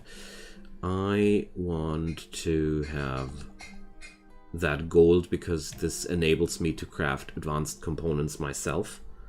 And with that, we're really self-sufficient. Well, I'm sadly not able, as it seems, to buy the extra plus steel, but let's see. Maybe I am. Let's sell away the leathers I don't want, especially the leftovers here are totally not interesting. The Panthera fur is also not interesting at all. Let's see. Well, we could gather some animals, but I don't want to. So now the other option is to cut lower on the steel. Yeah. Let's do something like that.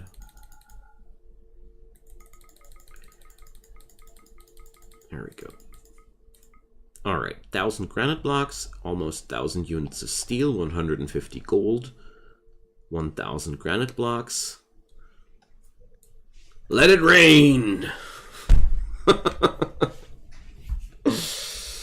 Okay, so now we're talking business. I mean, if I check it out, we're far away from being able to build that spaceship now. And the Persona Core is going to be the biggest issue there, but one thing at a time. First off, the real good news, my storage is now empty again, and we're able to stockpile things again. Let's see, is there anything outside there that has to be hauled inside real quick? I don't think so. We just bought non-perishable things. Okay, so thank you guys so much for watching. I am very, very excited to see where this journey will go now, because we got lots of materials available. I mean, I got 1,400 steel available. I got a fabrication bench. I got lots of technology. Let's go crazy next episode. So drop me a comment down below and leave a thumbs up on that series if you like it. I would be more than grateful. And of course, subscriptions help my channel a ton. Subscribe, turn on the notifications, and you won't miss any of my daily videos this way. Also, down in the descriptions below, you find a lot of links to my Twitch and also to ways to support me. So if you want to support me by more than just watching my videos, I would be endlessly grateful, because, you know, I'm doing this all basically for free, and to keep doing that, your support is deeply appreciated. But enough of the advertisement. Have a great day, enjoy your games, stay safe, and see you soon. Bye bye.